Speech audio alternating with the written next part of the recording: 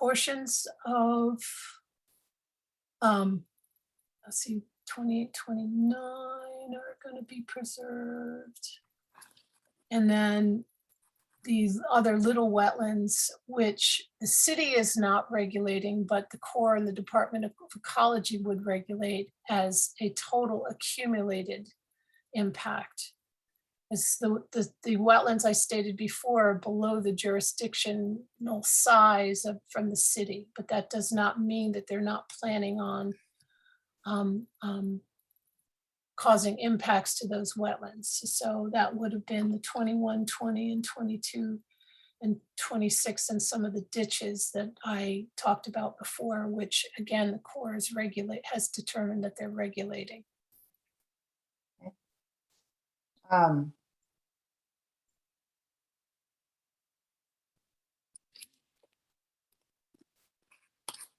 So Ms. Cook, I'm going to show you another document. I'm showing you on PDF page 104 of Exhibit C2, Appendix C. Can you see this? Yes, I can see that. Do you see that this is a diagram of Planning Area 1? Yep, I see that. Okay. Do you see the pink area? I do. And do you see the key that it says approximate buffer impact? Mm-hmm. And on this document, can you tell me where there are buildings located over wetlands, as you had claimed? Okay. Oh, my arrow doesn't show up on your screen. Okay, I'll have to describe it. So there is a segment of wetland 12 that is right around the area between lot 1 and lot 1C. There is a series of wetland 19. Sorry, Dr. Cook, I just want to be sure I'm understanding what you're saying here. Do you see that on this diagram, the existing wetlands are indicated with those little dots? Oh, there, okay, I see. You're on a different scale. Never mind. All right, so wetland. Well, there's a series of, okay, that's wetland, a portion of wetland 12. Is that under?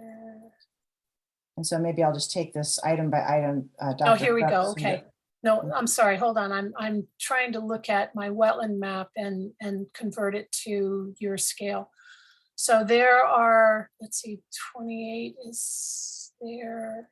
Ditch. Okay, so as I said, the regulated ditches include ditch 30, which is gone, ditch 17, which is gone. What? So, Dr. Cook, yes. So I think maybe I can back up. On this drawing, there are existing wetlands indicated. Do you see that? Yes, I do see that. Okay.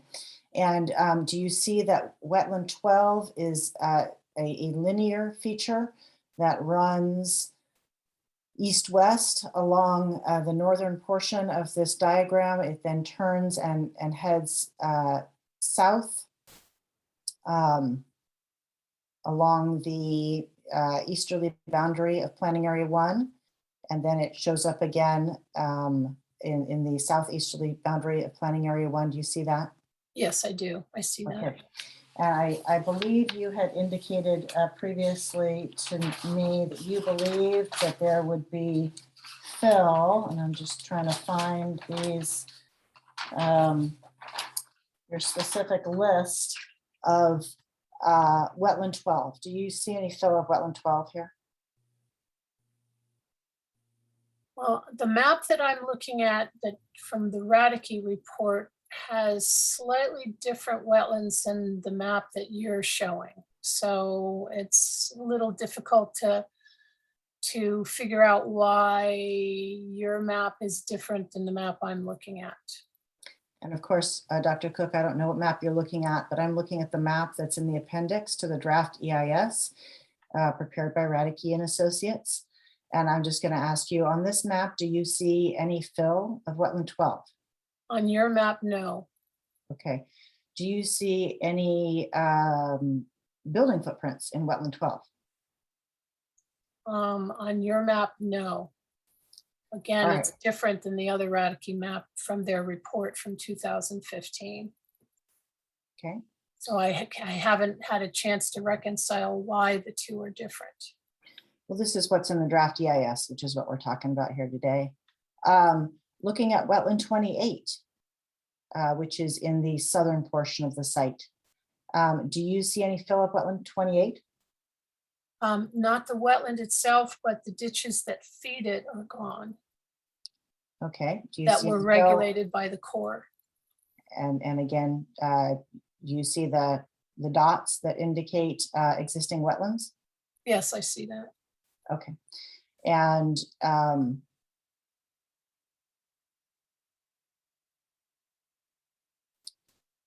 you see wetland 28 there?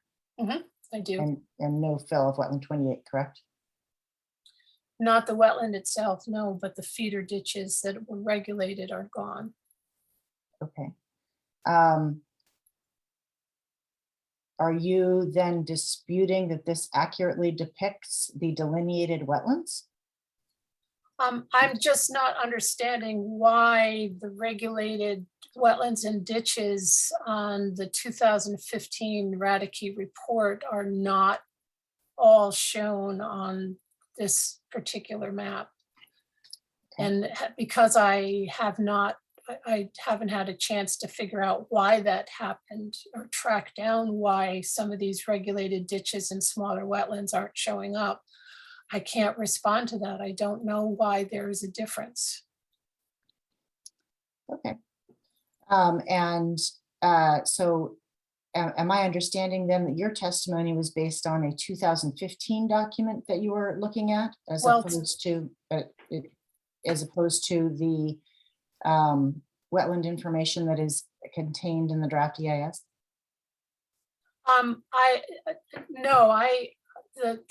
The acreage that I was quoting came from one of the sections, and I have to track down where I saw that. But what I'm saying is that between the 2015 map in the Radke report and then the Corps' letter of the jurisdictional, the JDA from the Corps in 2017 stating which wetlands and ditches they regulated, I'm not understanding why there's a difference on the draft EIS map. And I had not picked up on that before, but there is a difference.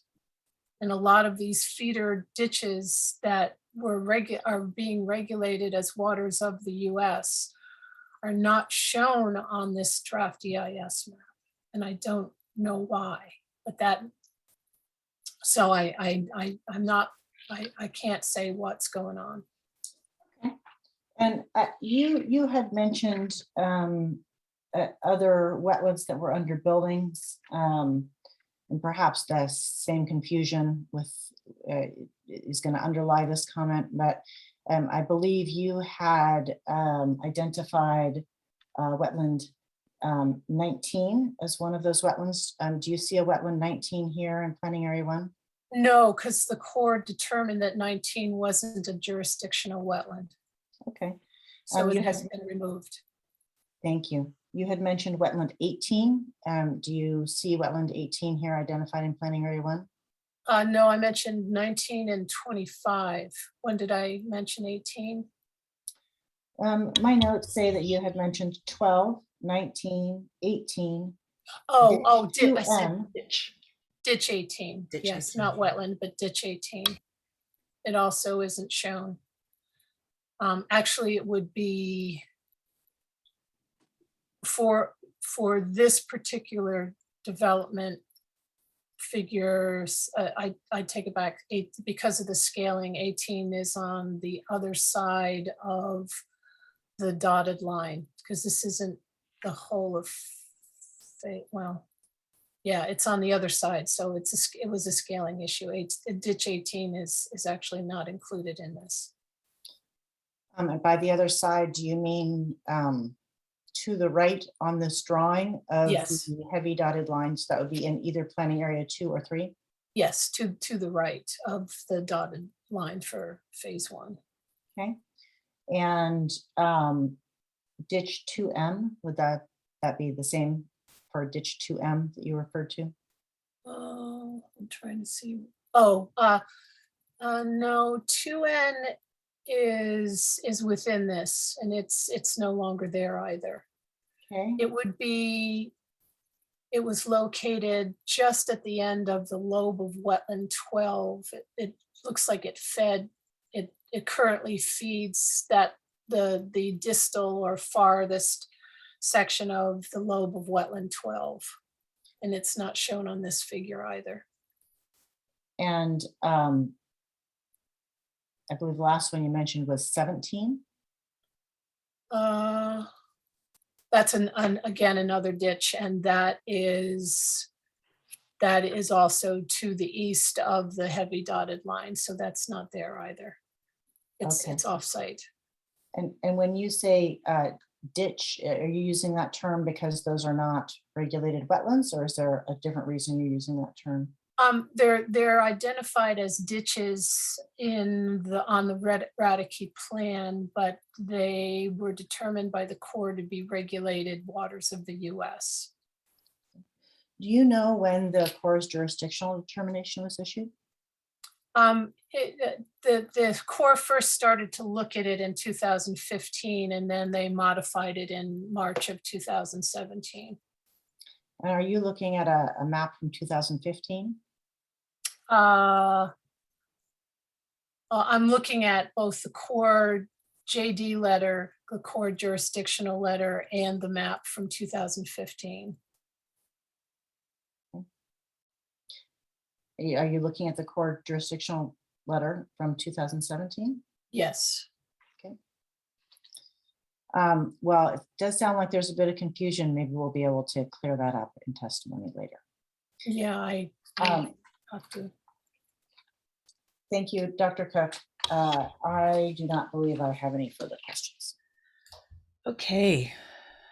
It would be the time to move for a city's cross-exam. I wonder if we have an idea how long that would take. Do we need to break? I understand we have another whole witness that we were planning to call today. 5 minutes or less. Okay, great. Then let's go ahead and finish cross-examination. If I could take 30 seconds, Ms. Examiner, to pull up a document that I was just in, that I want to screen share. Yes, we'll pause for 30 seconds. Not literally. You don't need to pause the recording. Thank you.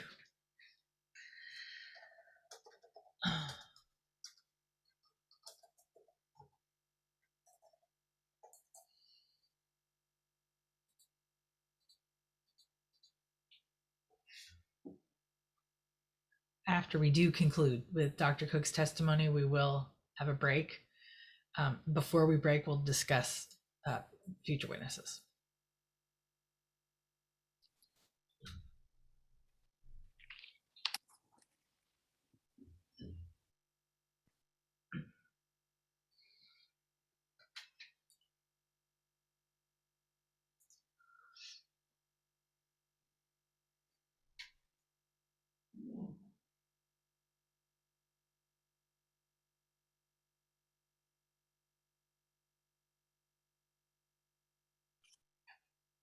All right, I'm ready. Thank you.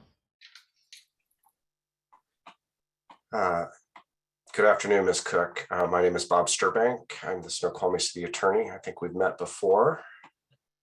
I'm going to do a screen share. I think you previously were referencing your comment letter, which is attached to scan 1. And I was remembering some testimony that I thought you said about wetland delineations and delineations changing. Can you just look at this paragraph here in the center of the page it's above the paragraph that has the bold language in it? Do you see that? Yes. And so in your comment letter there, you were indicating that you found nothing of note that raised questions about the accuracy of the delineations. Yes, I hadn't track down the core information at that point. And I've since done more analysis and tracked all the data forms and when things were delineated and tracked down the actual timing. And that's what I'm testifying to today. So that letter is actually out of date, is what I had found as of 2020. So And what was but available this in there. letter is your comment letter on the draft environmental impact statement, correct? Correct. Okay. From And then 2020. when you were talking about updating delineations, I think you mentioned as part of future approvals, it's common, is it not, that conditions of approval can require applicants to confirm delineations prior to the start of construction? Yes, I would hope so. Not all jurisdictions do that, but I would hope that you would do that. Okay, some do in your experience. Some do, yes. And that is a method to address questions about whether wetlands have grown or become smaller in size over the passage of time and during the approval process? It certainly should be required. Unfortunately, it is not always required. Okay. So, yes, I'm working on Black Diamond right now, and they were supposed to review every single wetland as each of the phases of that development went through, and that's not being done. So, no, it isn't always done. It should be done. And I'm hoping that it would be a condition of approval. Okay, that's what I was trying to get to. So thank you. I don't have further questions, Mrs. Allen. Great. Thank you. Let me go to Ms. Clungeon. Is there a redirect for Dr. Cook? Very brief, just a couple of items. So I just wanted to go back to discussion of DOE not appealing the EIS. If DOE told you they weren't appealing because they believed the EIS was adequate, would you have taken that into account in your own analysis? Likely, yes. But that's not what they said. Okay. My next question was, did they tell you that? So no. Okay. Did they say they were not appealing for some other reason, not I'm gonna object for obvious reasons. of the EIS? Can you ask the question so that it doesn't require Dr. Cook to relay hearsay testimony? Is that possible? No. Can you ask the question so that there's foundation for her consideration of Department of Ecology statements to her? That was the opening of would she have taken that into account in her own analysis? But fine. There was some suggestion that because they didn't appeal, they somehow approved of the adequacy of the EIS. And I just want to confirm that that was not what was relayed to Dr. Cook and that she didn't rely on that in her opinion. And again, the appropriateness of that testimony, attributing motivation to Department of Ecology via Dr. Cook's conversation with a staffer, is just understanding that the technical rules are not applying. It is still not reliable, and I would ask that that not be allowed. City would join in that objection. Thank you. Thank you. We can certainly ask Dr. Cook as to her understanding rather than as to her, as to what she was told. Mm-hmm. So could you rephrase the question?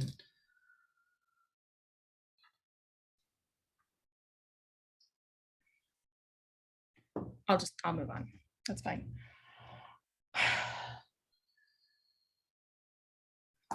There was some discussion about there being nothing on the ground in areas 2 and 3. Dr. Cook, in your discussion or in your analysis, was there at least a description of the types of uses and the general square footage that would that are being proposed for areas 2 and 3? Did you? Yeah, yes. In fact, I sent you a figure that from the FEIS, I believe it was, that shows the areas that are planning and what they're planning on doing with them. If you want to pull that up, I can No. show what I had seen from the record as to what they were planning on doing. Okay, but you've seen those documents and at least a description of certain square footage and certain types of uses in planning areas 2 and 3. Yes, and other than a stormwater pond in 3, all of it is spoken for in terms of some kind of development, and same for, and most of 2 is planned as a large polygon for slated for development.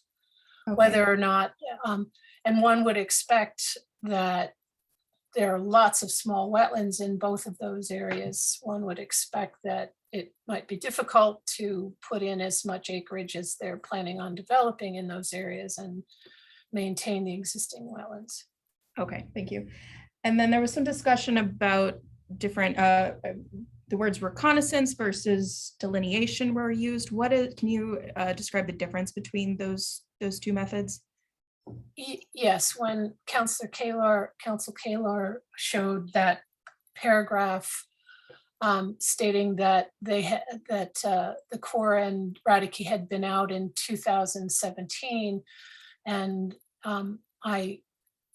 she identified a paragraph that actually was counter to what she was trying to prove, because it specifically stated that they performed a reconnaissance. And a reconnaissance is not a delineation. Reconnaissance is solely to go out and look at things. A delineation is a very time-consuming endeavor where you establish boundaries of wetlands and you collect data for delineation on soils, vegetation, and hydrology, and information that would allow you to perform a rating. And so a reconnaissance level is not telling you if the wetland boundaries have changed, and a reconnaissance level is not giving you information necessarily on that you could use for rating. And it's a very different level of assessment. Okay, thank you for that. And then I understand there might be some different maps and a little bit of confusion on that, but it's the DEIS Appendix C, page 104 that Ms. Kaler was referencing here, that no longer includes the ditches. So I can also share this. I was just had it up. So this document here. Yes. So the ditches that were on the previous, the map that you were looking at are not reflected on this document, correct? They don't appear to be, no. Right. Okay. And is it likely that filling ditches on the site could alter the wetlands on the property? Yes, because at least from what I could see, comparing the 2 maps, the ditches were feeding, well, for example, the ditches were feeding wetland 28. And I'm not sure how you are going to maintain the pre-development hydrologic conditions for wetland 28 if you're taking away the source of surface water to that wetland. Maybe it's a groundwater fed wetland, but and the water was being conveyed away, but I don't know that information. But yes, you can get rid of the source of hydrology for a wetland. And on this map, is there any indication of where fill is going to be placed? Does it represent fill anywhere on this map? Well, they're not talking about fill, but you can't build parking lots and buildings without grading and filling. You have to, so it's not identifying it as fill, but if there's a building or a parking lot on it, or even, landscaping, the assumption is that something has to occur. You can't just place that infrastructure on top of ungraded bare dirt. So yeah. Okay. All right, those are all my questions. Thank you. Okay. Are we concluded with testimony for Dr. Cook? Just confirming with other council. They do not appear to have additional cross. Ms. Kaler? No. No Mr. additional Sherbrink? cross. Thank you. Thank you very much. Dr. Cook, thank you so much for your testimony and for being here today. We are concluded with your testimony. Thank you. All right. We were supposed to hear from Mr. Norris today. Do we have an estimate of how long his direct testimony will take? Mr. Seidels? Yes, Madam Examiner. I was thinking about 2 hours, but obviously that will depend on the amount of cross-examination and various objections. All right, let me reconnect with council because I believe we had a request to hear from Mr. Norris today based on other parties' witness availability. So Ms. Kaler, I forget, I'm sorry, who for the applicant? Is it you for the applicant for the traffic issue? It'll actually be Mr. Cartman for the traffic Okay. issue. I was just popping up here to talk about scheduling generally.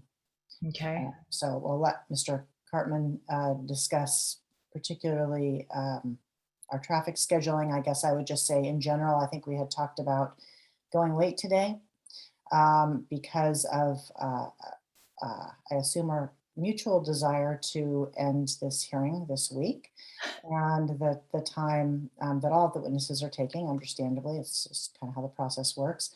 I would request that we take another witness today and go late, as opposed to ending early and starting anew tomorrow. Perhaps we can't get done with all of the cross, or perhaps we don't even get done with all the direct, but it seems to me it's worthwhile using the time. So with that, I'll let Mr. Cartman chime in on anything specific with witness availability.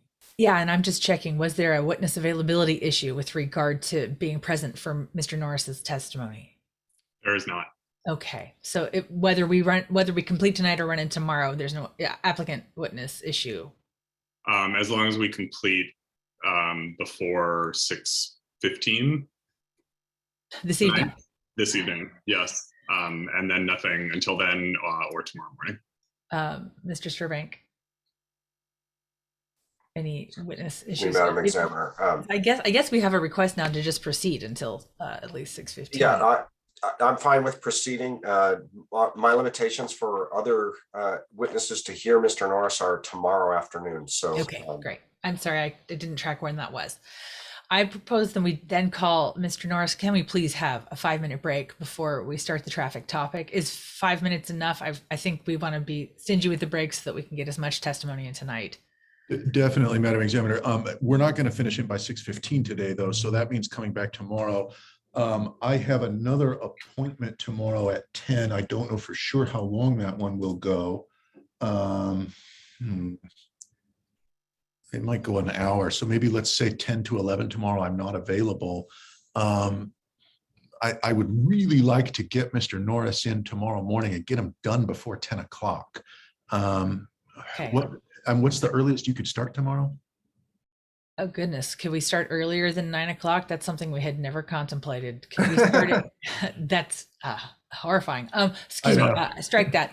8:30? Is 8:30 a reasonable additional half hour for testimony? Is that not reasonable? Mr. Cartman? Ms. Examiner, I'm sorry. I was just going to put another option on the table, which is if I don't want to run into anybody else's evening, but if others are available after 6:15 tonight, our witness could listen to the recording after that time, if that would allow Mr. Norris to finish his direct this evening. Okay. That's probably a good idea. If we did that, we could complete direct tonight and then start cross tonight if we get there, and then complete cross tomorrow if we need to.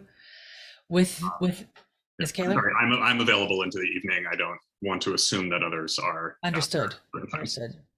I've gone to midnight many times, so just so you know. I just wanted to make sure to ask city technical staff if the recording could be made promptly available so that our witness would be able to listen to that either later tonight or early in the morning. It's true. We do Just a need to have question. that. We do need to have that data before we can rely on that. it is. I don't know if Mr. Rogers is still with us. I believe we have a Zoom limitation hard stop this evening because of license issues and a scheduled meeting, but I see he's popped on. He can speak to that with greater detail than me. Thank you. So the city uses its Zoom webinar account to host obviously this hearing, but also other public meetings. And so there's a city council committee meeting scheduled to begin at 6:30 this evening using this same Zoom webinar account. So we will need to end at least a few minutes before then to accommodate that committee meeting. That we won't have this issue the remainder of the week. Okay. We could go as late as you wish. Okay. So just to conclude, one last question before you go. Can we get the audio recording of tonight's hearing forwarded to applicant council following tonight's hearing? We can definitely, yes, we can do that. Okay. It will be available pretty quick. There is a slight lag with Zoom because it does some things on its end, but we can definitely get that done. Okay. And so probably by 7:30 that could be available? I would hope so, yes. Let's take a 5-minute break. We'll come back and we'll proceed until 6:25. And at 6:20, we'll begin discussing at what time tomorrow we're going to show up. Okay. So it's 4:30. We'll come back at 4:35. And then Mr. Norris, you're still muted. If you could unmute yourself. Excellent. Oh. Zoom.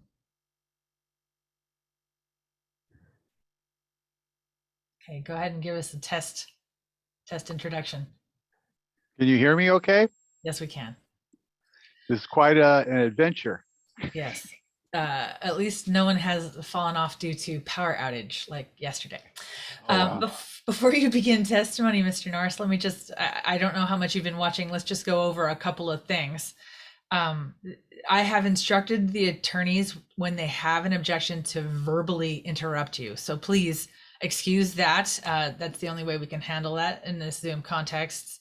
Please, when you hear they are objecting, please do stop your testimony and allow for the attorneys to make their argument, your attorney to respond, and then for me to make a ruling on the objection before you continue testifying. And I don't believe that we had any objections or excluded topics related to traffic, but there are some portions of the CP universe that have been excluded from the scope of the appeal. So if you try to get too close to any of those, there will be objections about that.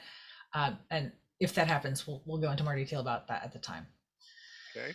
I think that's all we need to get started. Mr. Norris, if you would kindly introduce yourself, state and spell your name for the record. Please give me the correct title by which to identify you in the findings, and then please allow me to swear you in.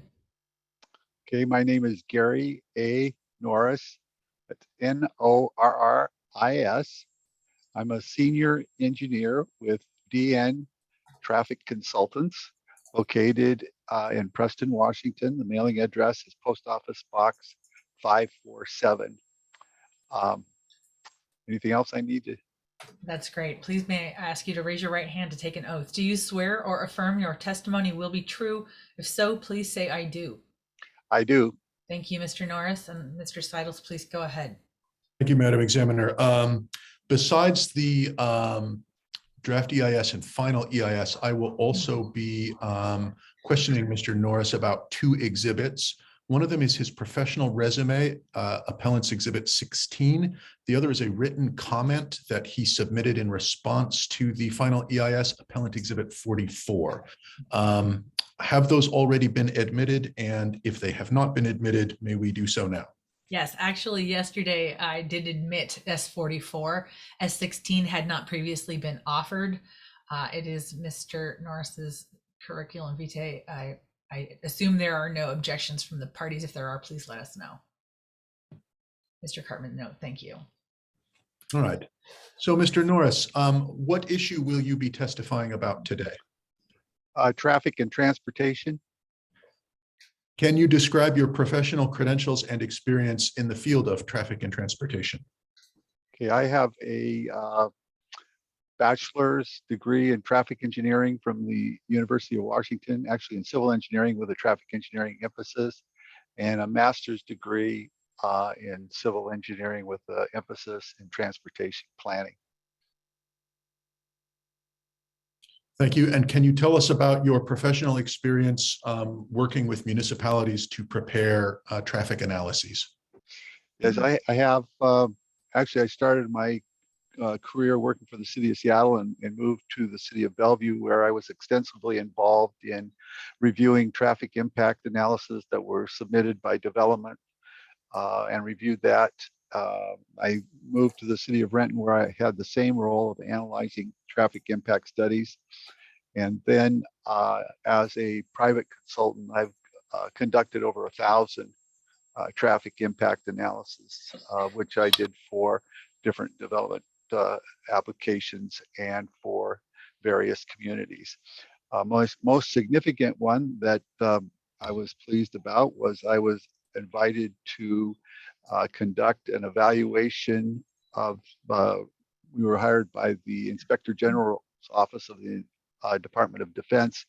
And I was hired to review the traffic analysis, which evaluated moving 7,300 Pentagon employees from the Pentagon to the Mark Center in Alexandria, Virginia. This work required a report and presentation to the Senate Armed Services Committee for action on the proposed development. And that was about 10 years ago I did that. Is it fair to say that the Pentagon relocation project was a larger project than this Snoqualmie Mills project? Yeah, I would say that. Many of the same issues, though. Have you also worked on projects comparable in size to the Snoqualmie Mills project? Yeah, yes, I have. Was that during your employment at the cities of Seattle, Bellevue, or Renton? Well, I've worked on them from the city standpoint, but I've also worked on them as a developer consultant for major developments in Lake Stevens area, Eastern Washington, and other areas around the Puget Sound region. How many years total were you an employee of Seattle, Bellevue, and Renton? I was at the city of Seattle for about 14 months, at which point in time I received a scholarship in highway safety from the Federal Highway Administration, at which time I went back to school and then started with the city of Seattle in 1975, where I worked until 1980. At 1980, I moved from Bellevue to the city of Renton, where I was there for 10 years. And then subsequent to that, I moved into private consulting. I believe you misspoke. You said you were at the city of Seattle from 75 to 80? No, city of Seattle, I was there from 73 to 74. Okay, thank you. Madam Examiner, I don't know what your process has been for qualifying experts. Do we need to have some kind of formal qualification of Mr. Norris? We have not been formally qualifying. The witnesses have been identified as experts in the exhibit lists, and the parties have been making objections when testimony went outside areas of expertise, but we have not formally introduced or qualified individuals as experts. Thank you, Madam Examiner. Mr. Norris, what documents have you reviewed in preparation for your testimony today? Well, first and foremost, I reviewed the draft environmental impact statement for the Mill Pond site. I reviewed the final environmental impact for the site. I reviewed the WashDOT annual traffic report for 2016. I reviewed the, let's see what all, here's my list.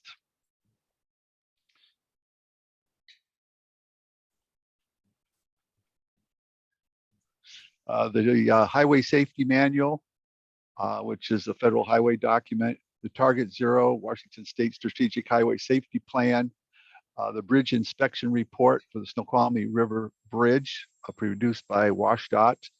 I reviewed the WashDOT design manual, the bridge inspection report for the Meadowbrook Bridge, dated April 2020. I think that is the extent. In addition, I have very extensive knowledge of the study area, having been served on the Snoqualmie Valley Comprehensive Plan in 1984. I've done a number of traffic analysis in the area. I live in the area, and so I'm familiar with the roadway network, serving the site and serving the area. Thank you. Did you also prepare written comments about the draft EIS or the final EIS or both? I prepared formal comments to both documents. Okay. I'd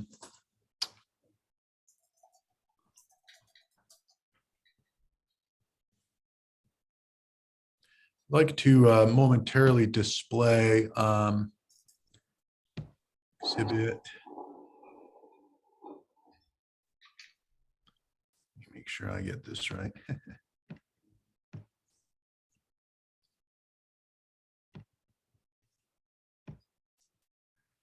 All right, so I'm going to take us into the final EIS. It'll be Appendix A. And within that, it will be PDF page 310. So let me take us there. Get it up on my screen first, and then I'll display it for you.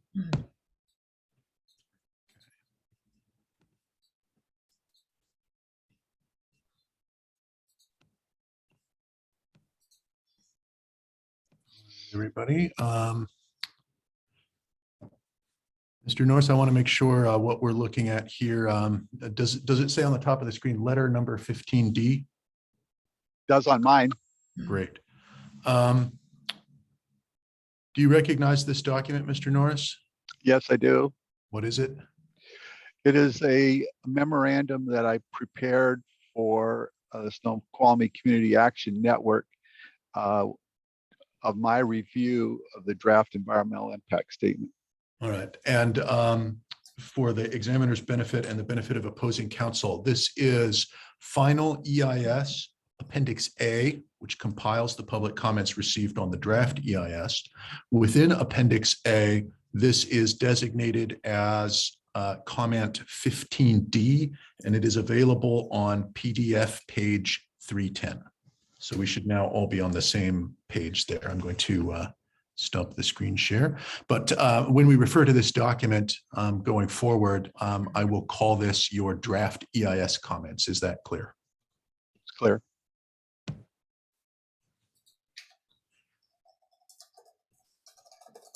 Right. I want to give the examiner and the parties a rundown of the specific transportation issues you'll be testifying about. So for now, just give yes or no answers to each of the following questions. Later, we'll come back and get into the substance of each of these issues, but don't feel like you have to do that now. It's just yes or no at this point. Transportation issue number 1. When you reviewed the city's draft EIS, did you identify any issues regarding the use of traffic counts? Yes, I did. Traffic issue number 2. When you reviewed the city's draft EIS, did you identify any issues regarding the use of traffic forecasts? Yes, I did. Traffic issue number 3. When you reviewed the city's draft EIS, did you identify any issues regarding pedestrian, bicycle, and transit impacts? Yes, I did. Traffic issue number 4, and by the way, there's going to be 8 of these, everybody. Traffic issue number 4. When you reviewed the city's draft EIS, did you identify any issues regarding safety impacts? Yes, I did. Traffic issue number 5. When you reviewed the city's draft EIS, did you identify any impacts to local bridges? Yes, I did. Traffic issue number 6. When you reviewed the city's draft EIS, did you identify any impacts to the regional transportation system? Yes, I did. Traffic issue number 7. When you reviewed the city's draft EIS, did you identify any impacts to road conditions? Yes, I did. Traffic issue number 8. When you reviewed the city's draft EIS, did you identify any construction impacts? Yes, I did. All right. In a moment, we'll dive into each of these issues in detail. But for now, before you identify the specific impacts for these 8 issues, can you tell us, were any of the issues you identified in your review of the draft EIS fixed in the final EIS? No, they were not. All right. Let's begin then with the issue of traffic counts. Okay. What issues did you identify with the draft EIS use of traffic counts? Okay, I think first and foremost, it's important to understand that the traffic counts are the foundational element upon which the whole traffic forecast for a development are based. And so therefore, it's very important that those counts accurately reflect the existing conditions and reasonably represent average worst case conditions.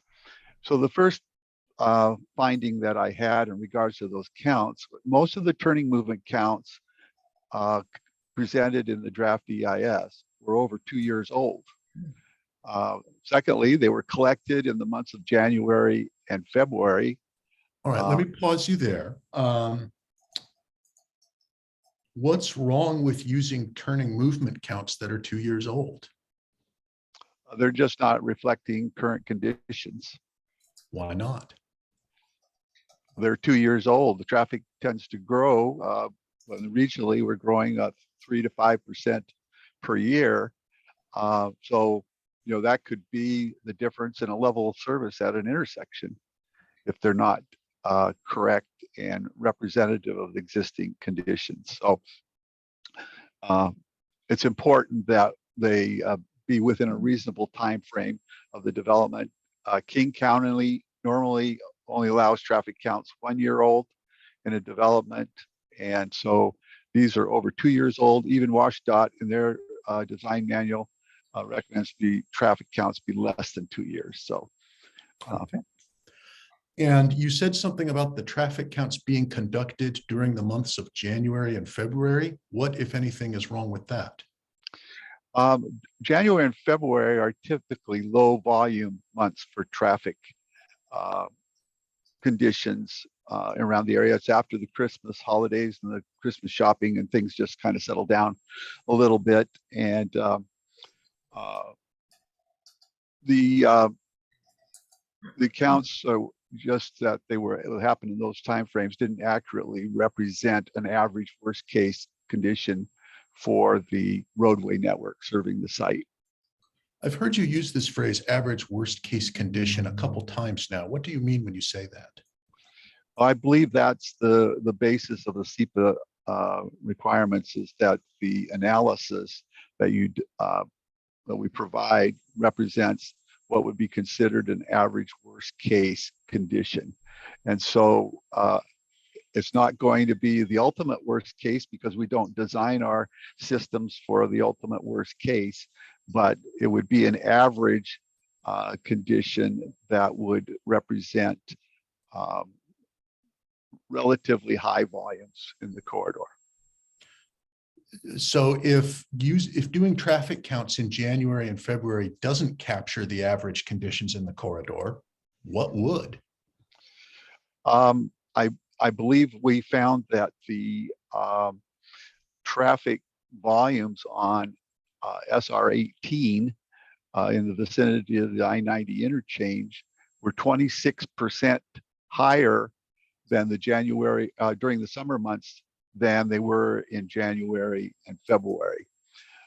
Because this is typically a recreational area, that would be reflective of the recreational activity. So I believe in this analysis, it would be important to capture that level of volume as an average worst case condition. Does capturing the traffic counts in January and February tend to paint a rosier picture of existing traffic conditions? Yes, it would present a picture where the intersection impacts would be less than what would be realized then under an average worst case condition. And average worst case condition, like if they had sampled in the summer months? Correct. Okay. And so there's ways to accommodate that in their analysis if they're forced to take counts in those time periods because they've got a pending deadline or something, they can seasonally adjust these counts. In fact, that's what WashDOT recommends, that these counts be seasonally adjusted to reflect an average worst case condition. And were the traffic counts in the draft EIS seasonally adjusted? No, they were not. Okay. Other than using traffic movement counts that are 2 years old and conducting the traffic count during the months of January and February without seasonal adjustment, what other problems, if any, did you identify related to traffic counts in the draft EIS? The DEIS failed to document what the peak hours on the roadway network were.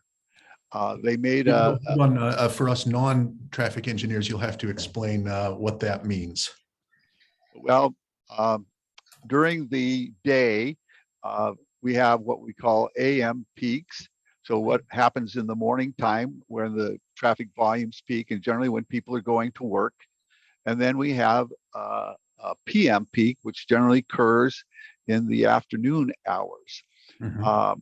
There was no, the DEIS adopted the period from 7 a.m. to 9 a.m. as the representative of the AM peak, and the PM was between 4 and 6 p.m. There's no verification that in fact the peak hour occurs in those time frames. So it would have been a simple analysis for the applicant to perform, is to conduct what we call 24-hour tube counts, where they could actually document when the peak hours in the corridor were occurring.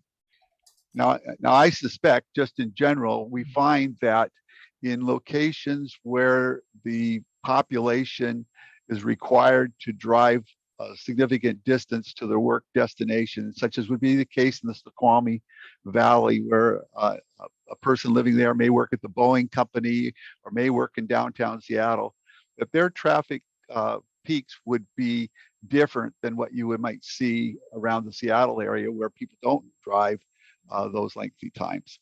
So Objection. I think it's. Excuse me, I'm sorry to interrupt, Mr. Norris. Ms. Examiner, I will be very sparing with this. If I could, sort of as just a standing objection, to be consistent with the conversation earlier, to testimony that I believe Mr. Norris just said, I suspect that is speculative or that doesn't have a foundation. I will not reassert it each time it comes up, but I just wanted to state for the record regarding those type of statements, as we've discussed with regard to other witnesses. So speculative is the objection. Yes. Thank you. It'll be noted, and we'll have the witness continue. This can be addressed on cross-examination. Yeah, I'm not really sure I understand what the speculation was, though, because it's pretty factual what I shared. It's not speculation. Well, let's pause there a moment. When you say you think that people in Snoqualmie might drive further distances to get to their jobs than people in Seattle, what are you basing that on? Typically, suburban residential areas typically have longer trip lengths than urban areas where the employees are located closer. That's pretty well documented in the Puget Sound Regional Council model for the trip lengths for work trips in the area. Hold on, Mr. Norris, the what? What model? The Puget Sound Regional Council model. Okay, what is traffic that? Forecasting model. It's a traffic forecasting model, traffic assignment model that has been developed for the Puget Sound region with extensive public research, surveys, interviews, and just general analysis of traffic patterns that occur. Is that a standard reference in the field of traffic engineering? What are you referring to as standard reference? The Puget PSRC model? Yes. Is the Puget Sound Regional Council traffic model a standard reference in the field of traffic engineering? In the Puget Sound region, yes. All right. And does the PSRC model capture phenomena such as you're describing, where suburbanites have longer commutes than urbanites? Yes, most definitely. Okay. And does having a longer commute tend to place suburbanites on the road at different times than urbanites are on the road. That's correct. Okay. Other than the 2-year-old traffic movement count, the sampling in January and February that was not seasonally corrected, and the lack of foundation for the 7 a.m. and 4 p.m. peak times, what other issues, if any, did you identify related to traffic counts? Well, another issue is the fact that the DEIS used average weekday traffic counts. What does And that yet, mean? Wait, you've got to explain. Tell me what they did first, and then you can tell me why it's wrong. They used what? average weekday traffic counts, they did their analysis for average weekdays, which are typically considered to be Tuesday, Wednesday, Thursday. Okay. And so the analysis failed to identify any traffic counts that would evaluate traffic conditions in the area on a Saturday or other weekend day. And interestingly enough, in the planning area 1 analysis, the Saturday trips are actually higher by a small amount, mind you, but they're higher than what the average weekday trips being generated by the site. So it would be important to obtain some weekend traffic counts to be able to evaluate the impact of traffic generated by the site during the weekend time periods. And that is particularly impactful because this is a recreational area. People have different traffic patterns in those times. So the weekday patterns may not be the same as they are on the weekends. And yet, is there any reason, Mr. Norris, why the developer or the city could not have conducted a weekend analysis like you're describing? I don't know what their internal discussion, but there was absolutely no technical reason why that couldn't be done. Okay. Any other issues that you observed regarding traffic counts in the DEIS? That's pretty much it, I believe. Okay, now these issues that you've identified here with the turning movement counts being 2 years old, the sampling being done in January and February and then not seasonally adjusted, the timing of the peak hours, and then finally the absence of weekend data. Does the lack of that type of analysis deprive the city of the opportunity to make an informed decision about this project's traffic impacts? I believe it does, because it fails to really inform the city of what the impacts of the traffic generated on this site has on the city's street network. And with the use of January and February non-seasonally adjusted volumes, the volumes are going to be significantly lower. As we showed in the one case, it was 26% less. 26% is going to have a major impact on a level of service at critical intersections. Okay. And so far, we've just been talking about your review of the draft EIS with regard to traffic counts. When the final EIS came out, was there anything new in there about traffic counts? Not some significant information, no. It didn't really address the concern. I believe, well, let me see if we even want to go here. We're a little bit short on time. Give me 1 second here, folks.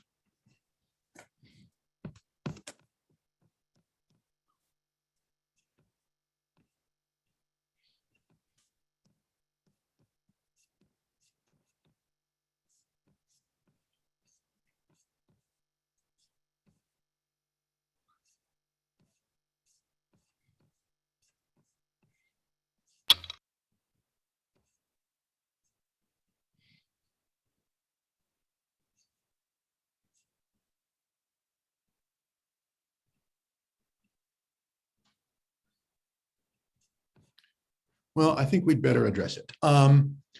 As the parties are no doubt aware, and I don't know if they've made the hearing examiner aware, the final EIS contains responses to some of the public comments, including yours. Are you aware of this, Mr. Norris?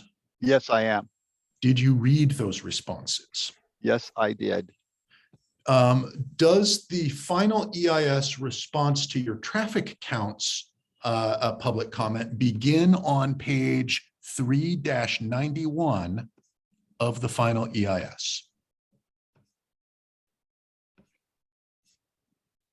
I have to check that out. I believe that's correct, but Do you have a copy on your desk, or do you want me to call it up on the screen, or what would be Why good? don't you call it up on the screen? I've got it on my computer, but I don't have it on my desk.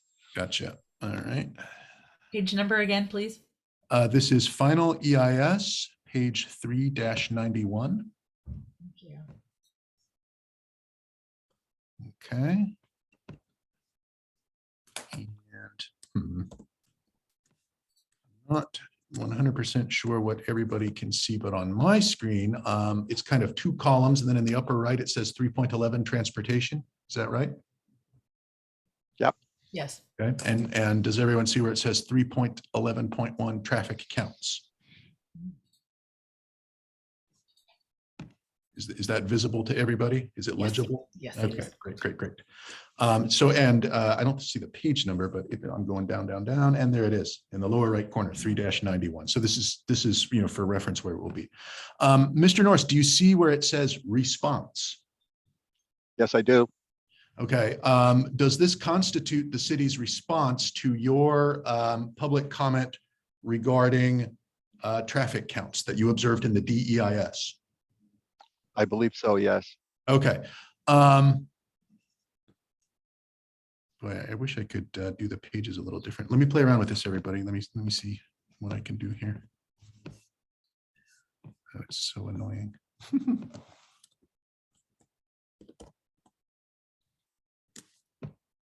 can do it this way.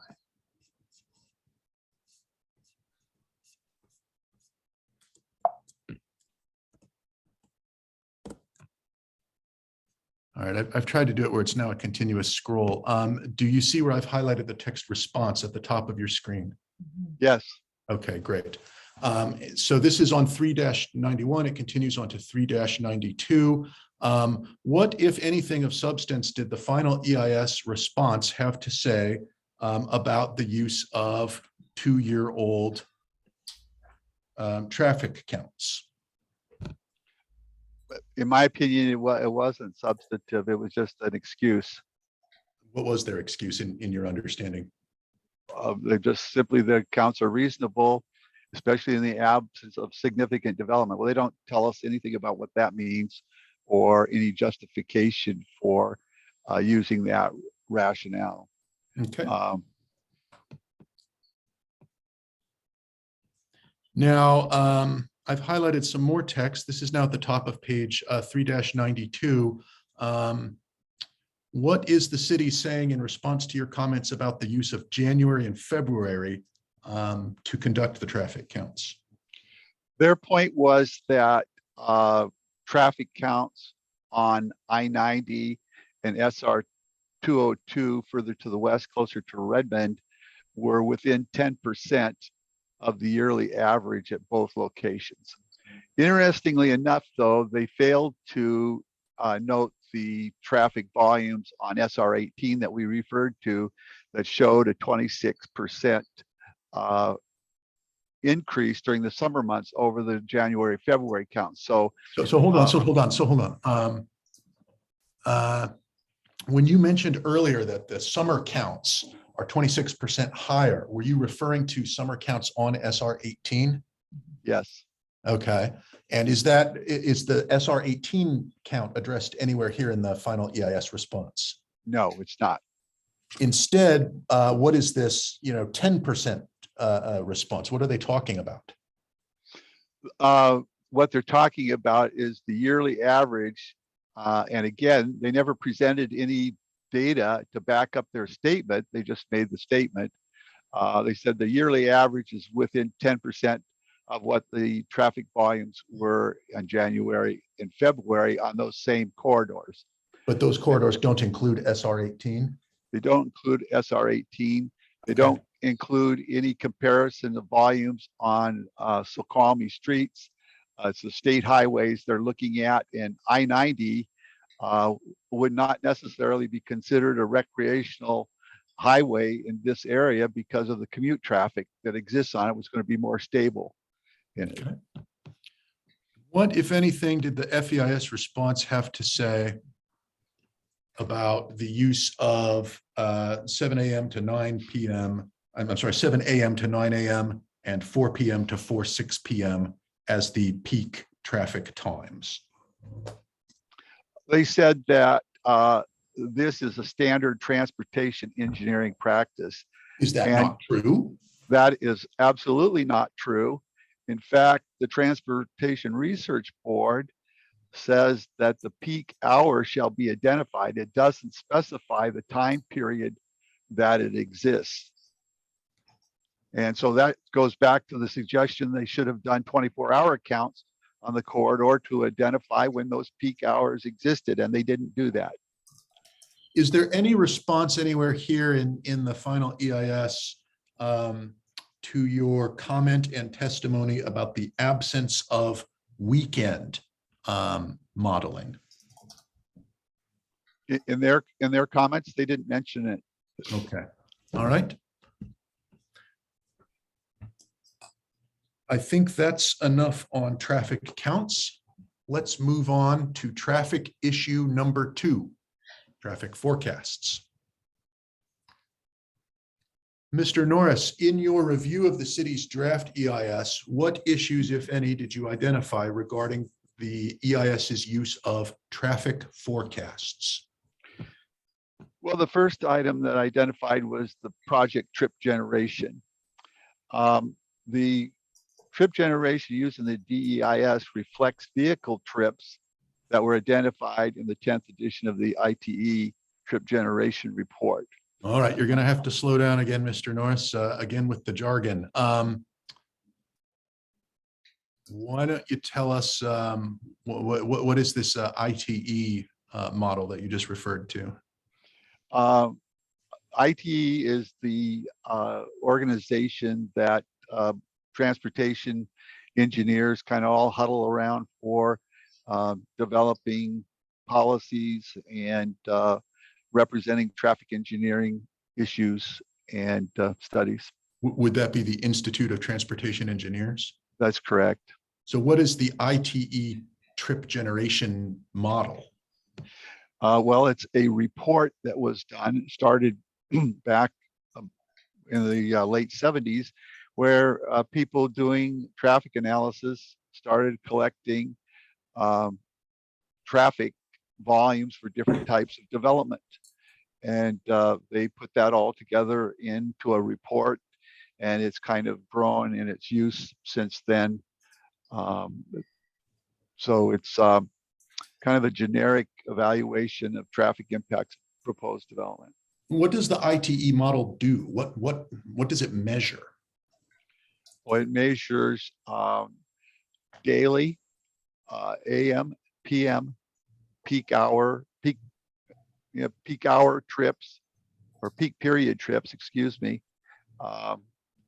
for the proposed development. And did the draft EIS rely on the ITE model to generate the number of estimated vehicle trips that this project will create? Yes, it did. What's wrong with that? Well, first off, the ITE trip generation is just a compilation of data which has not necessarily been verified for its accuracy.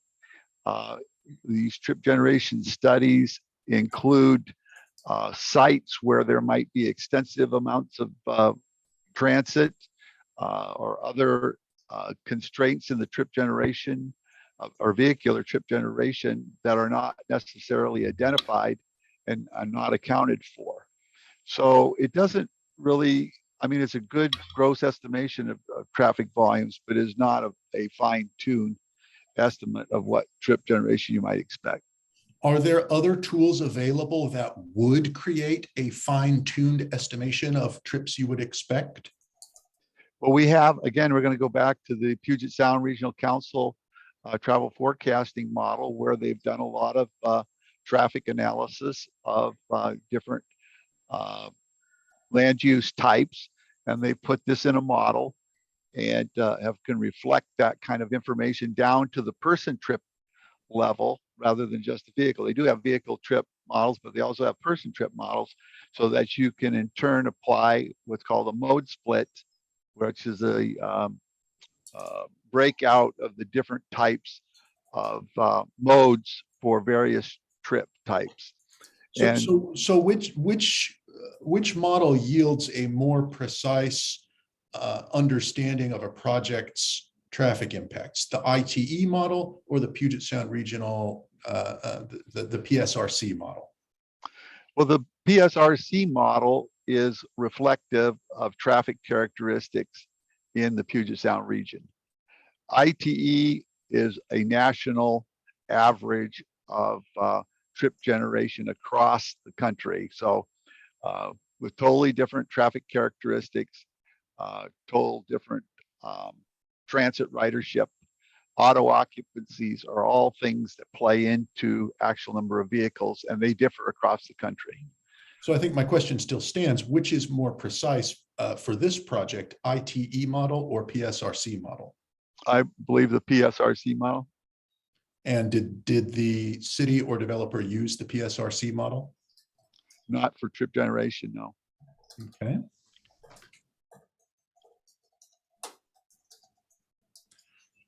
Other than the use of the ITE model instead of the PSRC model, what other issues, if any, did you identify with regards to traffic forecasts in the draft EIS?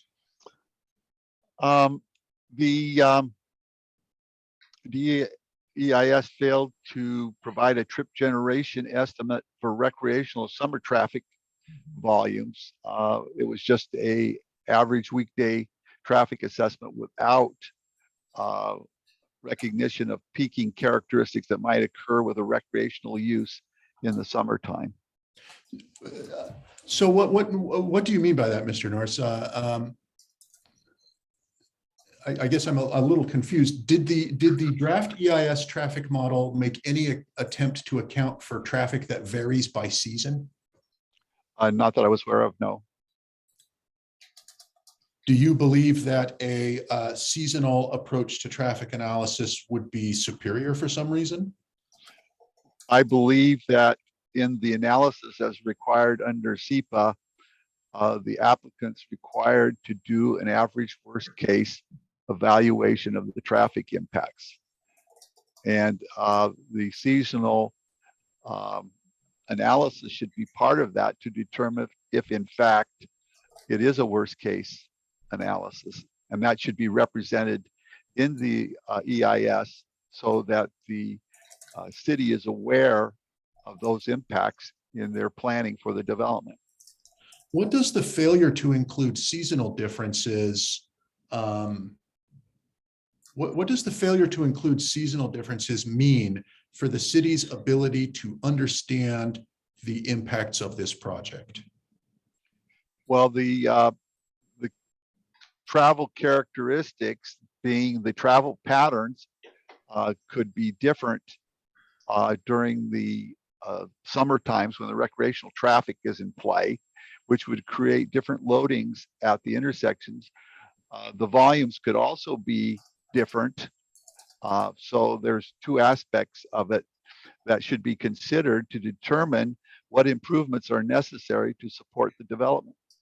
What happens though if the city doesn't include those seasonal differences? Does that make any difference to the city's understanding of traffic impacts? I believe it does. How so? Well, they're not making an informed decision about what the total impact of the development is. They're very limited in their understanding. Would the use of PSRC trip generation or the use of seasonal modeling as opposed to annual modeling give the city a better understanding of the traffic impacts? I think the operative there is seasonal understanding of the impacts of the development would be imperative. The volumes represented in ITE are average conditions. They don't represent seasonal rates that may occur in this location. Okay. Other than the use of ITE instead of PSRC, and other than the absence of seasonal analysis, what other problems, if any, did you identify in the DEIS's trip generation? One factor was in Exhibit 1.4-1, it's identifies the 3 planning areas, and for each planning area identifies the land use types. Now, hold on, let me pause you there. We're in a hearing examiner proceeding, which has its own unique exhibit numbers. So when you referenced just now Exhibit 1.4-1, is that a reference to an exhibit within the draft EIS? Yes, it is. Oh, okay. All right. Thank you.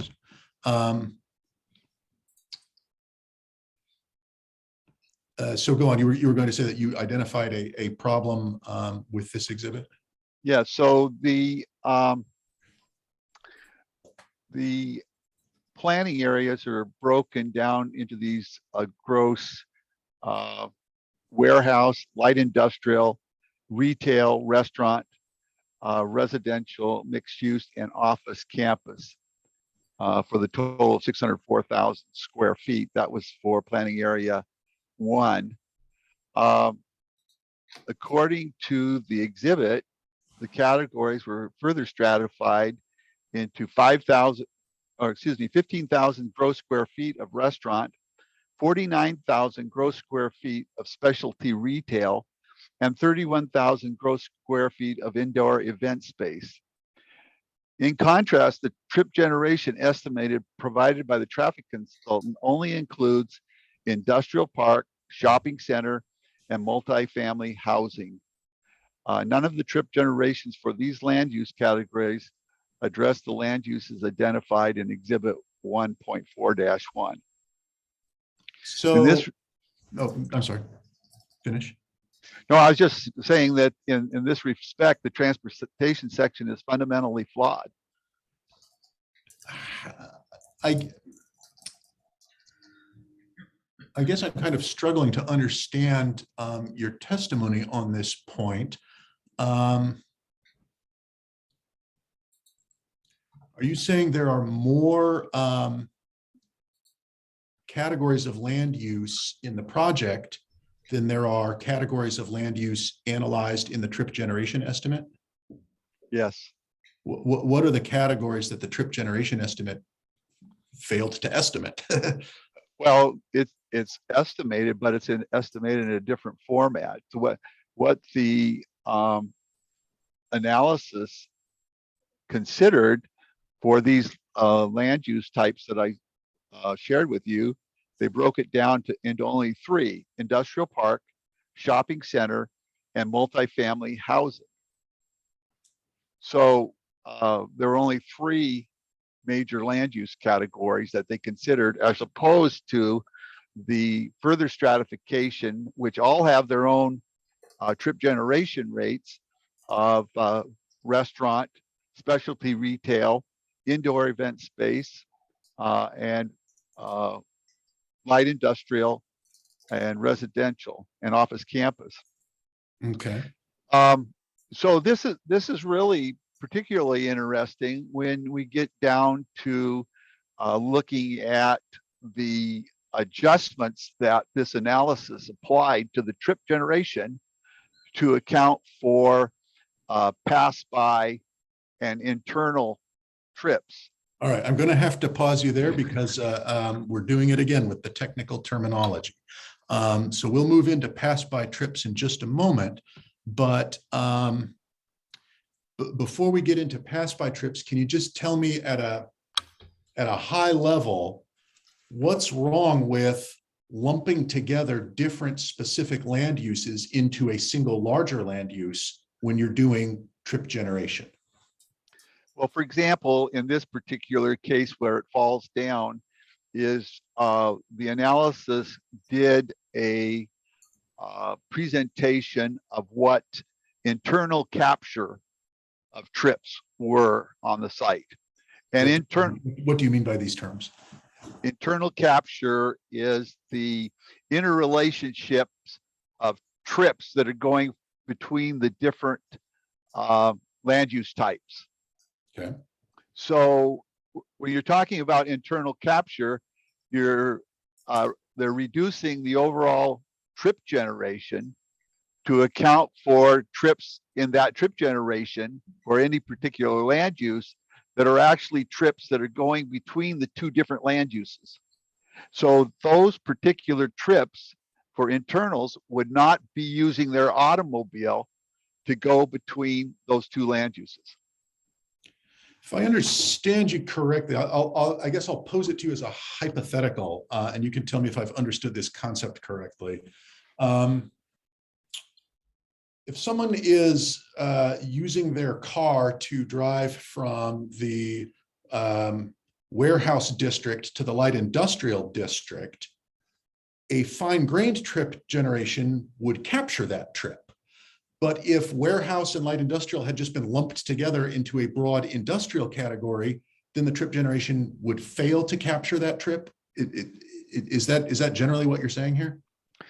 That's one aspect of it, but more importantly, the applicant is attempting to represent the development with a significant less volume of traffic because they're accounting for internal capture.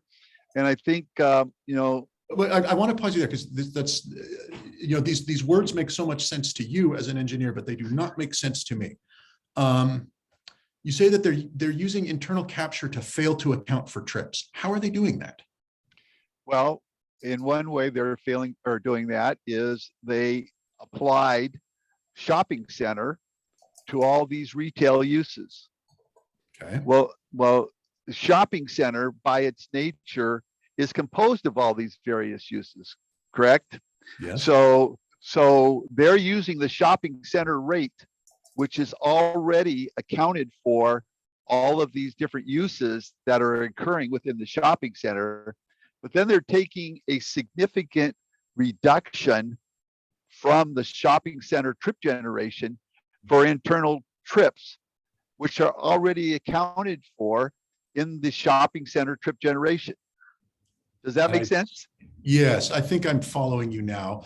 Where in the draft EIS or anywhere else is it documented that the trip generators are taking these kinds of discounts that you just described? In the trip generation summary in the Appendix F, I believe. Would that be Appendix F to the draft EIS? Right, the transportation. Yes. So when you tell us, for example, that the trip generation is discounting these internals, are you basing that statement on something you saw in Appendix F? Yes, I am. Okay.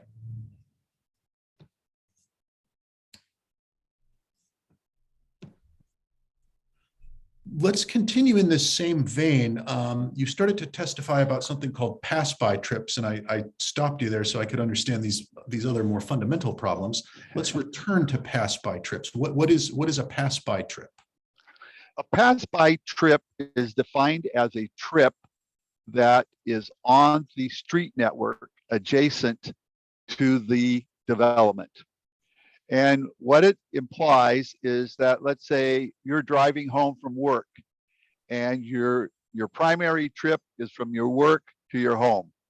And while you're on the roadway that passes in front of this development, you see a Safeway sign that's out front, and you say, oh, I need to pick up some milk.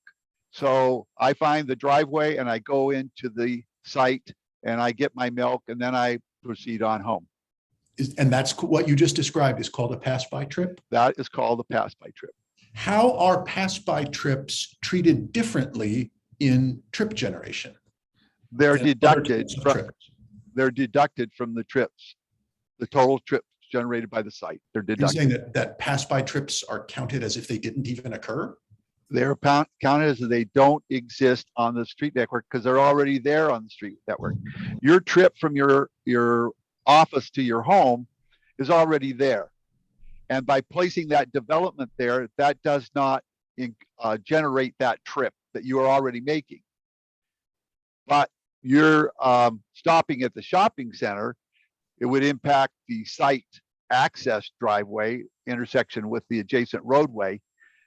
So it's accounted in that way, but it's not accounted in the total trip generation. It's a very convenient way to significantly deduct large amount of traffic volume from a proposed development. And did the developer in this case apply a deduction for pass-by trips? Yes, they did. I think they applied for the daily on the complete development was 1,500 and I believe 70 trips they deducted from the site trip generation. Now, Wait, can you run that by me again? What, how many trips did they deduct, meaning not apply to this project? 1,570, I believe, or 530. Okay.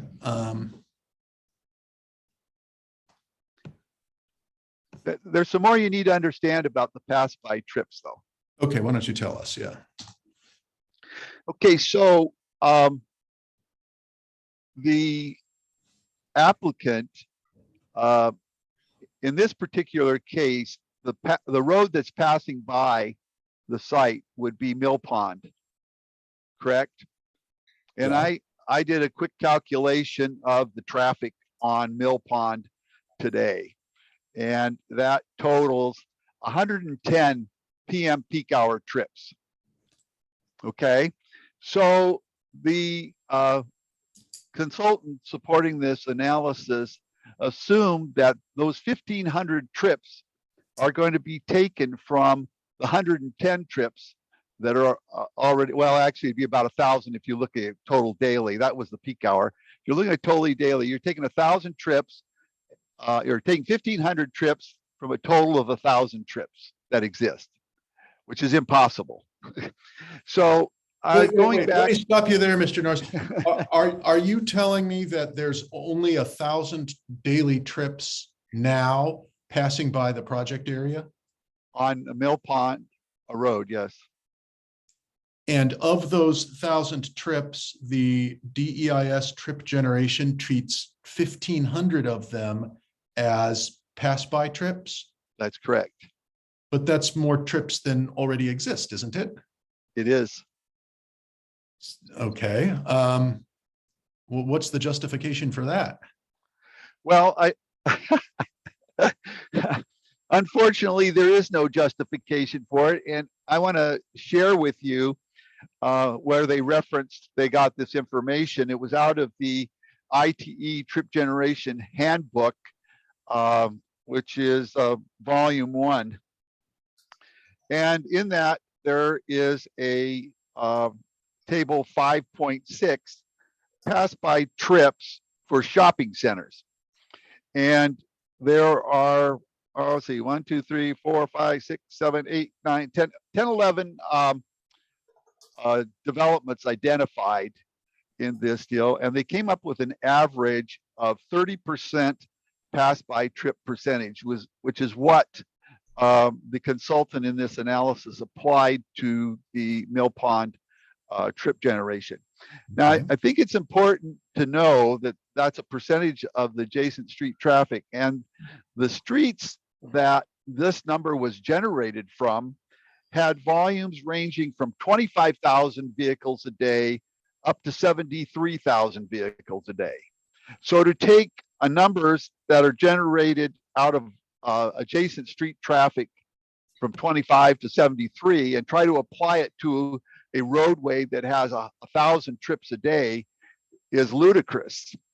And the only explanation for it is they're trying to present a rosy picture of what the impacts of this development are.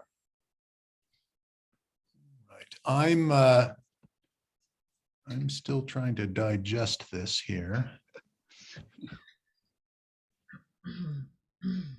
Madam Examiner, Yes. I know it's after the fact, but I would object and move to strike that last statement about he may not be aware of a justification, but that's purely speculative for him to claim that one does not exist. May I respond, Madam Examiner? Yes. I would ask you to impose a little bit of discipline on Mr. Sturbank. All afternoon, he's been making speaking objections, which are improper. He's been speaking not just in full sentences, but full paragraphs. And these types of so-called objections are appropriate in his closing arguments, but they're not appropriate during my examination of a witness. So I would ask the examiner to instruct him to make proper objections, which are brief: objection, relevance, objection, foundation. At that point, the examiner can make a prompt ruling and we can all move on. Okay, it's late in the day. I don't want to discuss this further. I'll just ask the parties to note that the instruction was requested. I will ask the parties to be tidy in their objections. We don't need to spend a lot of time. With regard to the objection that was raised, Mr. Sturbank objected to that statement as speculative because he asserts the witness can't know. And I will note the speculative objection for the record, and we will treat that in cross-examination like we have previous speculative objections. Thank you, Madam Examiner. Maybe I'll do a little bit of cleanup here with Mr. Norris. So Mr. Norris, setting aside speculation as to the motives of the people who generated these documents, does this use of pass-by trips have the effect of painting a rosier picture in terms of traffic impacts? Absolutely. All right. Real quick, I'm going to do a share screen here.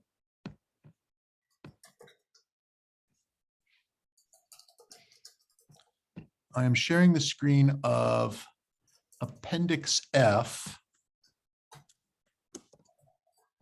Oh no. At least I'm trying. All right, this is as good as we're going to get, folks. So this is Appendix F to the draft EIS. I am at PDF page 815 of that. I'm trying to blow it up so it's a little bit more legible. I see this text passed by 34%. Mr. Norris, is this your source for your argument that the applicant is applying a 34% reduction in traffic volume due to alleged pass-by traffic? Yes, it is. And do you think that 34% is the correct number or the wrong number to apply? Well, I think going back to what our original statement I was making about the traffic volumes on Mill Pond Road being 1,000 vehicles a day, it's just not acceptable and realistic to say that there's 1,500 pass-by trips on a roadway that only has 1,000 trips on it today. So. All right, I understand that. I think I might be asking a different question though. As I understood your testimony,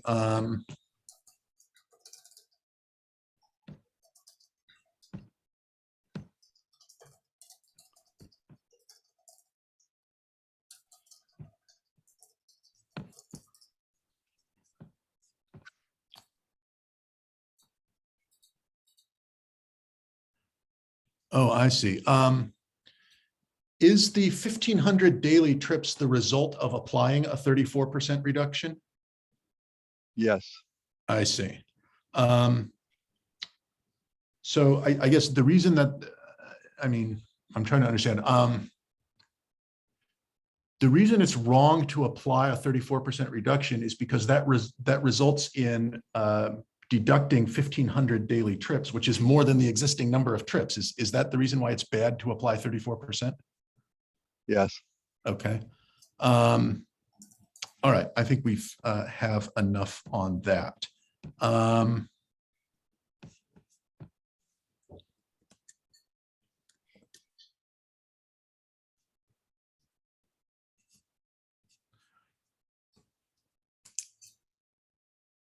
Other than the use of the ITE model instead of PSRC, and other than the absence of seasonal analysis, and other than this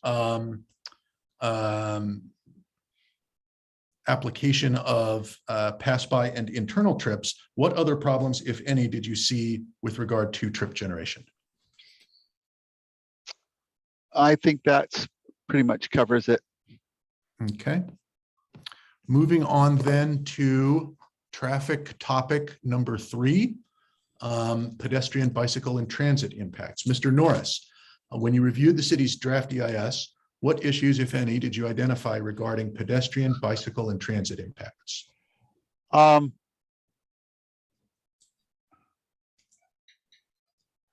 think there's a couple points on the traffic growth that I wanted to make in there too, that wouldn't be trip generation, but background traffic growth. Oh, shall we return to topic number 2, trip generation? Yes. Okay. Did you identify another error that we have not already discussed? Yeah, the DEIS stated they use a background growth of traffic by applying a 1.1% annual growth rate to the existing network peak hour volumes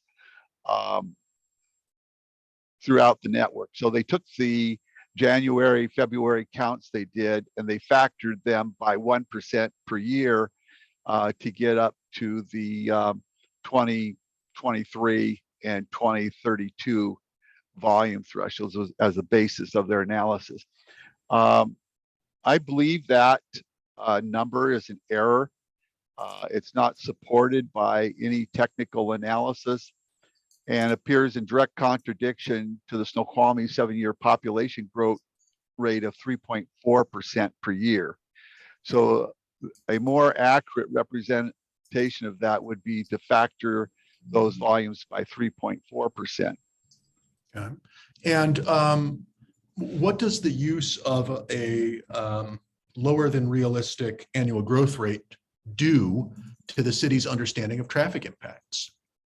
Well, it reduces the potential impact at critical intersections of what the volumes are. I mean, we're talking about each vehicle has a certain amount of delay associated with it. And if it's not correctly accounted for, then it's impossible to understand what is the level of service impact at the intersection.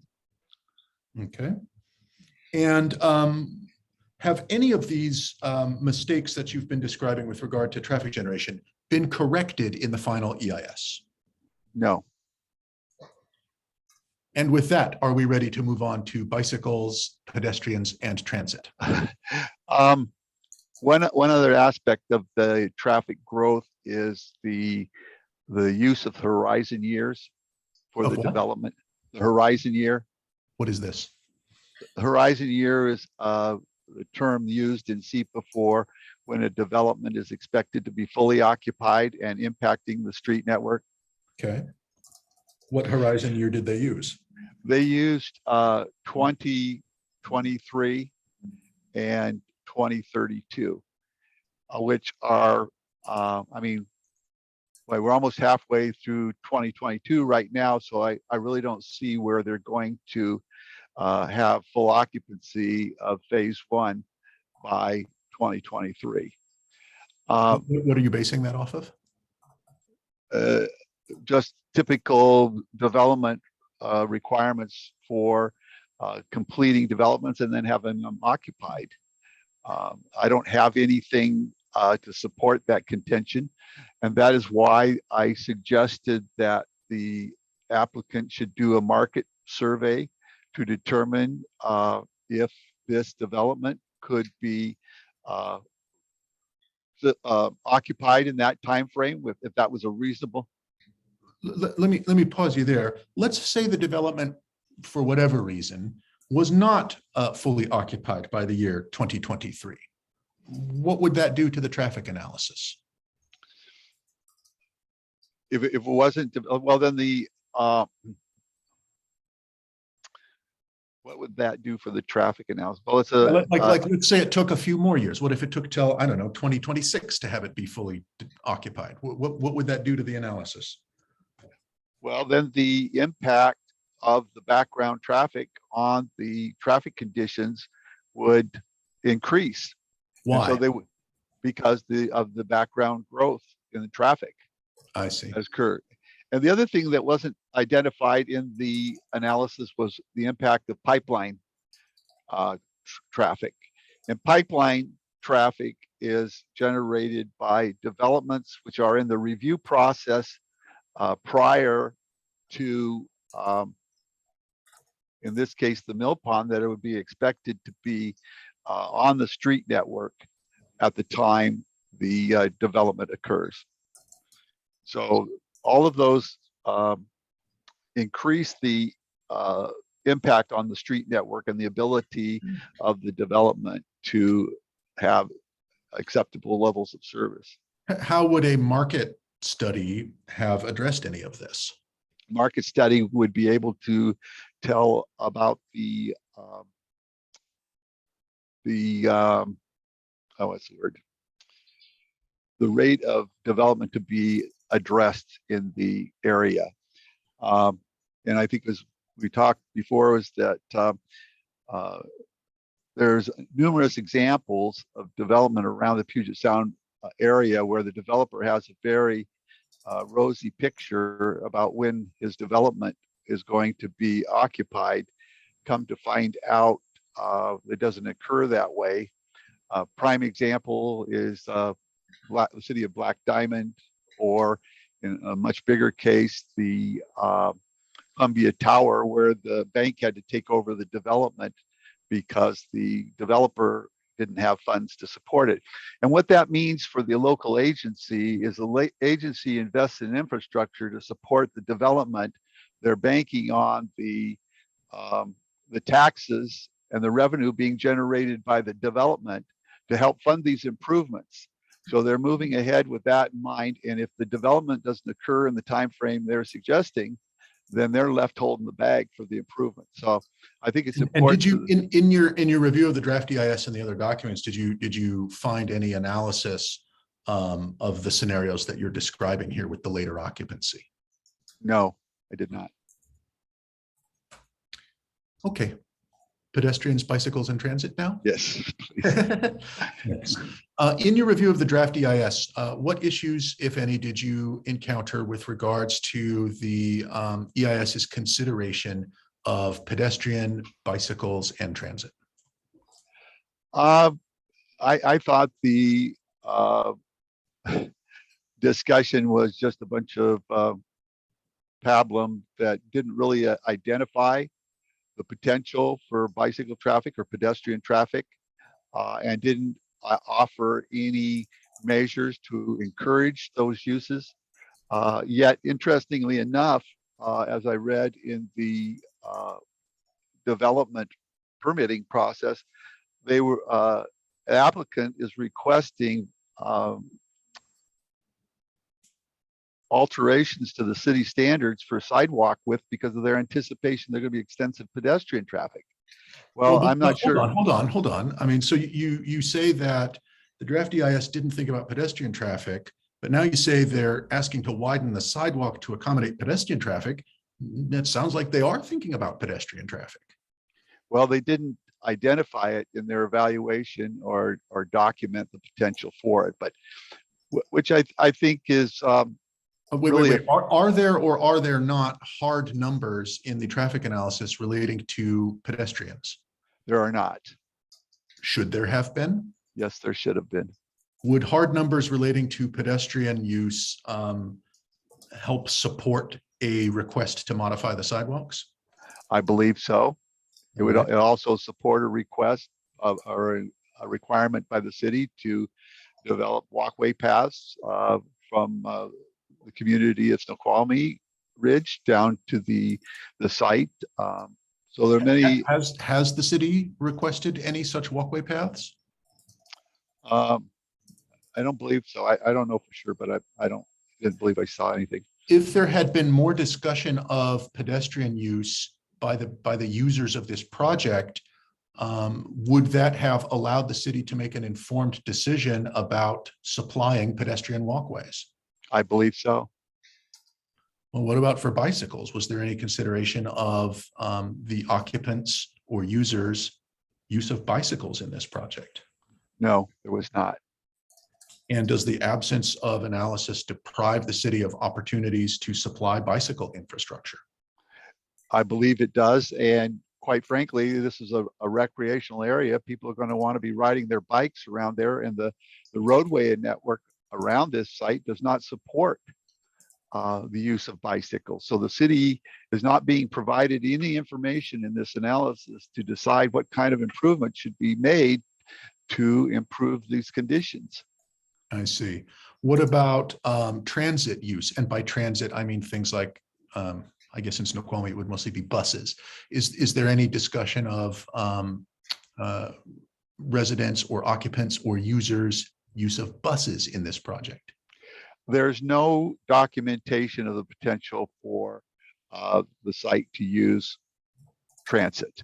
There's a general discussion of what routes serve the area, but no information or no informing of the city of what kind of transit trips should be expected out of this development, what kind of things could be done to encourage transit ridership here, which to me is a great opportunity, and that would in turn help reduce vehicular trips. And that's really kind of what we're all about nowadays, is to encourage transit and bicycle and pedestrian usage. Yet this analysis fails to do any of that. Is there any kind of alternatives analysis in either the draft or final EIS about alternatives to accommodate buses? No. Is there any discussion of the best or I guess, is there any discussion of the best location for bus stops in or near this project? No. Well, this project has multifamily users, doesn't it? Yep, it does. Wouldn't some of them be potential bus users to like get to work or something? I would think that they would want to be encouraging that. And is there any evidence in the EIS that the city has tried to encourage the use of buses by the multifamily people? Not that I've seen, no. Has the EIS even thought about the multifamily users' use of buses? I did not find anything in my review. Thank you.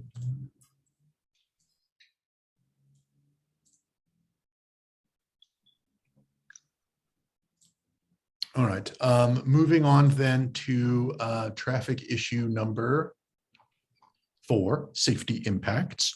What analysis, if any, did the draft EIS supply with regards to safety impacts resulting from this project? Virtually, they did no analysis of the safety impacts of this project.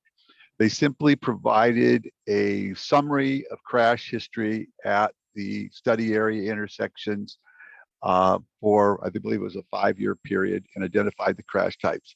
They didn't identify any impact of this proposed development on the additional crashes that might occur as a result of the increased traffic volumes at these locations.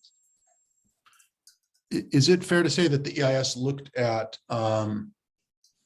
crash history, but not crash future? That would be true. What's wrong with that approach? Well, it doesn't do anything to help us understand how we might resolve these crashes. Okay.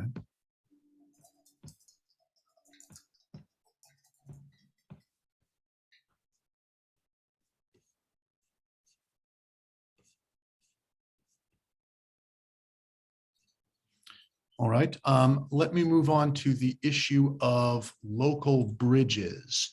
And I may call up some photographs. In fact, I think I will do that. All right, everybody. So these photographs that I'm calling up here are from Mr. Norris's draft EIS comments, which were included in the Appendix A of the final EIS. The scans of the photographs are not very good in Appendix A. They're there, but they're not very good. I'd like to call up a better version of it that I have. It's the same document. Would anyone object to my use of these better photographs?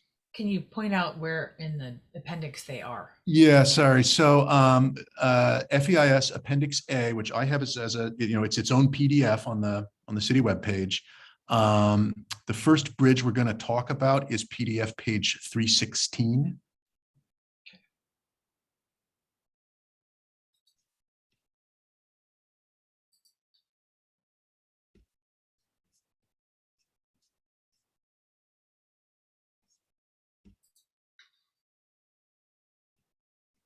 Ms. Examiner, if I may, just to be clear, Mr. Seidels, you're proposing just to use that photo from the underlying report that's then reproduced in the EIS? I'm actually going to do you even better than that. I'm going to use the PDF of the report itself that we emailed to the city during the comment phase. When the city scanned that report, the scan is not very good. The bad scan is what you're looking at in Appendix A, but it's just kind of a crummy scan. So it's the same document, just looks a little nicer on the screen. So if we could just call up the one to look at it. Yeah, all right, I will do that now. Share screen. Okay, so this is, I don't even know what you guys are looking at right now. We get out of that.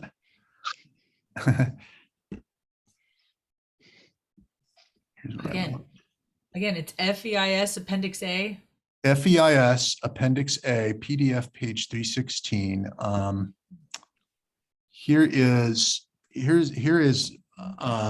Here's the document that we emailed to the city, right? See, it's got a nice, and I can even make it bigger. It's got a nice photograph of the bridge, for instance. I'm now going to try to show you what it looks like in Appendix A. See, just not such a good scan, but it's the same document. Perhaps I'm overthinking all this. Maybe so. I'm just looking at Appendix A and I don't see a photo at all on FES Appendix A PDF page 316. What is the first word, the first sentence on page 316, Madam Examiner? Additional traffic on bridges. Oh, it's just that the photos aren't showing. Thank you. Yeah. Okay. So this was also happening to me. So this was also happening to me yesterday on the PC, which is what I use for a work computer. The photos don't appear at all. On the Mac, the photos appear, but they look crummy. Wow. What I would like to do is pop up a nice looking photo of the same thing that we sent in as a public comment, just so we can all look at it and talk about it. And later on, we can figure out like whose software displays what images. I've been outed as a PC. Fine. Any objection from the city or from Mr. Cartman from the applicant? No, if this is Mr. Norris's DEIS comment letter, it is attached to the notice of appeal, and that may be a better scan. So if we're just looking at that document. Yes. It's probably in multiple places in the record. Yeah. But it is the Norris DEIS comment. You are correct. So why don't we just call that up? All right.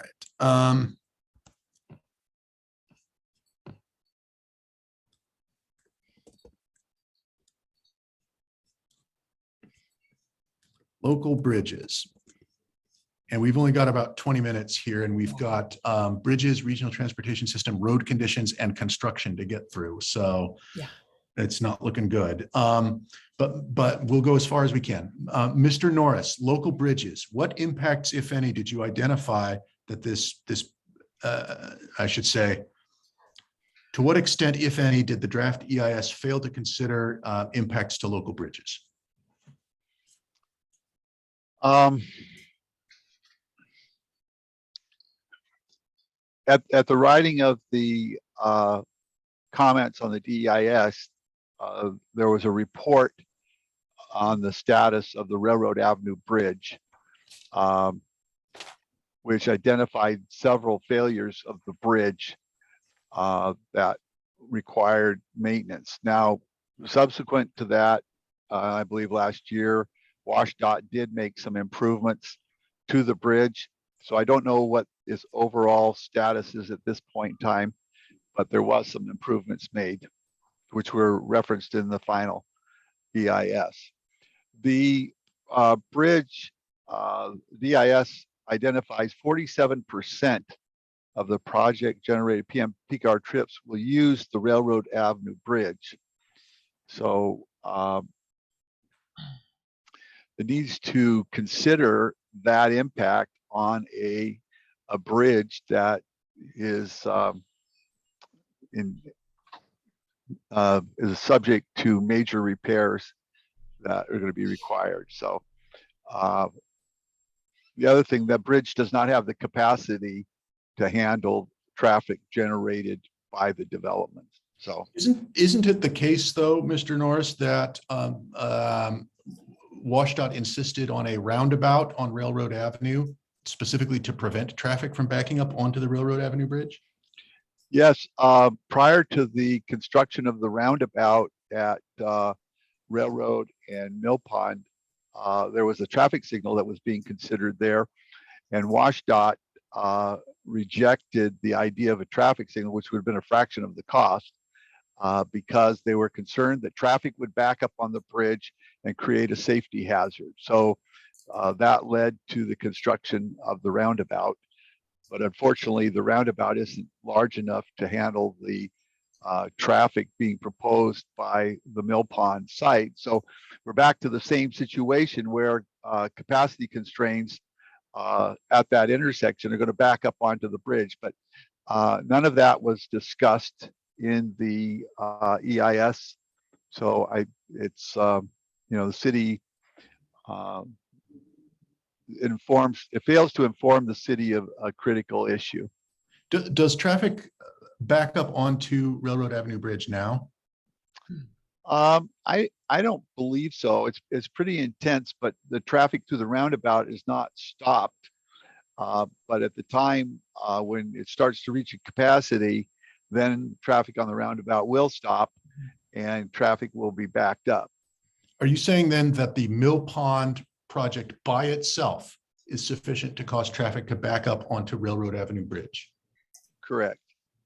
And are you also saying that if it weren't for Mill Pond, if it weren't for the project, traffic would not back up onto the Railroad Avenue Bridge? That's correct. All right.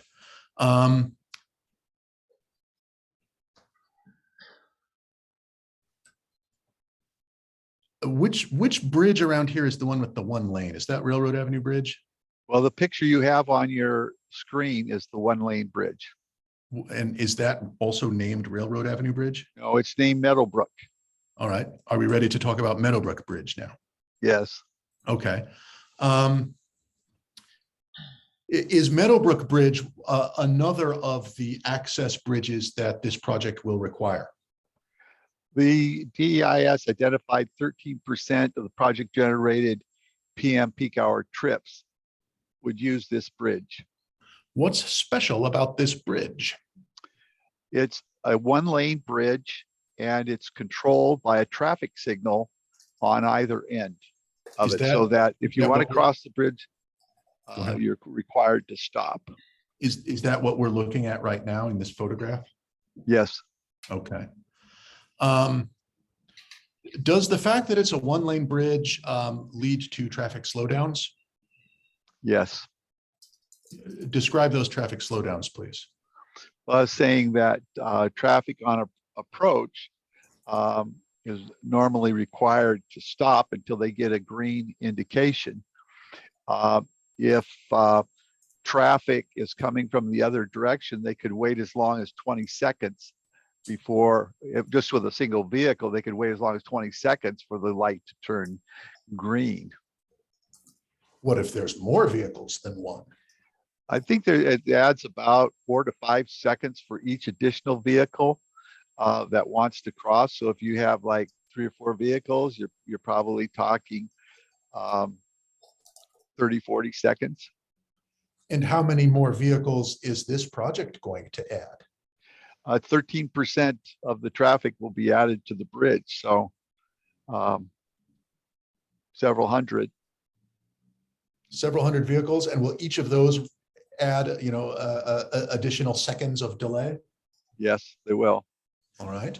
And to what extent, if any, did the traffic modeling in the DEIS account for the unusual characteristics of this bridge?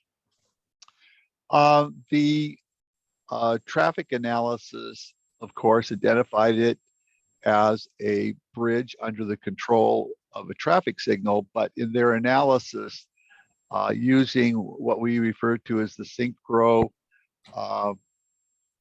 level of service traffic forecasting model, they treated the bridge as a 2-lane bridge.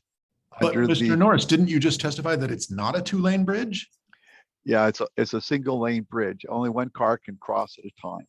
Why would they model a single lane bridge as a 2-lane bridge?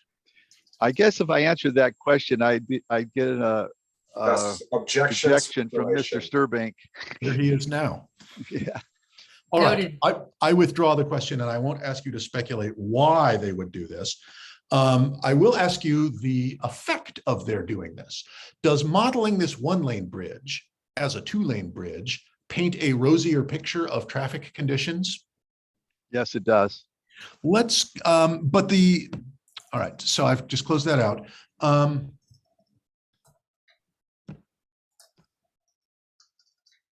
In the final EIS response to your comments, what did the city say about how it modeled this bridge? And I can call that up so we can all read it together if you like. Yeah, that'd be good. Okay. I think it's here. Is it still the picture on the 1-lane bridge photograph on everyone's screen? No. Oh, what is it? Trip distribution 3.11. Yeah. Oh, that's great. Okay. So now, and is the text now scrolling? Yes. Yes. All right. Okay. Everything looks different for you than it does for me. Just know that. So I am going down here to, we are in FEIS. We are at page 3-97, and I've highlighted what purports to be response. Mr. Norris, what is the city's response here in the final EIS? Their response is the traffic analysis accurately accounted for the fact that the existing Meadowbrook Bridge is a single lane bridge with signalized control at both ends. So we have a dispute here, Mr. Norris. You say that the DEIS wrongly modeled it as a 1-lane bridge, but the city says that they modeled it as a 2-lane bridge. How shall we decide? Excuse me, it's the other way around. Yes. Yes. The city is claiming to have modeled it as a 1-lane bridge, reflecting reality. You claim that they modeled it as a 2-lane bridge, distorting reality, right? That's correct. All right, let's see if we can resolve this dispute, see how it was actually modeled. I'm going to call up Appendix F to the draft EIS. I'm going to take us to PDF page 339 of Appendix F. And I'll get this up on your screen, Mr. Norris, as soon as I get it up on mine. Okay, we'll do a screen share here. Appendix F. Okay, everyone. Are we all looking at a page, the first words of which are lanes, volumes, timings, 19, Meadowbrook Bridge? Yes. Okay, all right. Mr. Norris. PDF page number. PDF page number 339 of Appendix F. Thank you. To the draft EIS. Thank you.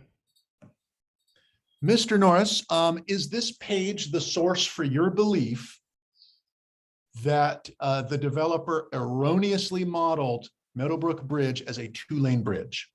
Yes, it is.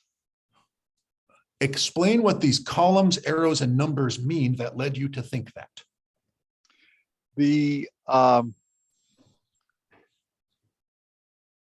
well, first off, it's got the lane groups and it talks about the different characteristics of the model. And then it says WBL, which is the left turn, westbound left turn movement. And as you can see there, the traffic volume for that is 0. The westbound right is 0. The northbound through is 100. and northbound right 0, southbound left 0, and southbound through is 98. I do see So that. in the What is the synchro, significance of that? pardon me? I said, I do see that. What is the significance of that? Well, the model is treating this as a two-way flow on the bridge. How do you In know? that this northbound through does not conflict in the modeling technology, does not conflict with a southbound through. How do you know this, Mr. Norris? My experience with the synchro model. Is the synchro model the model that they used here? Yes, yes, it is. And if you, let's say you wanted to do a synchro model for a one-lane bridge, how would that look different from what we're seeing now? Well, you essentially have to determine what the volumes are and do a calculation of the delay associated with each movement, and then calculate it over the hour period.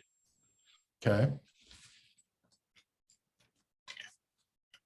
And how do you know from looking at this that that's not what happened?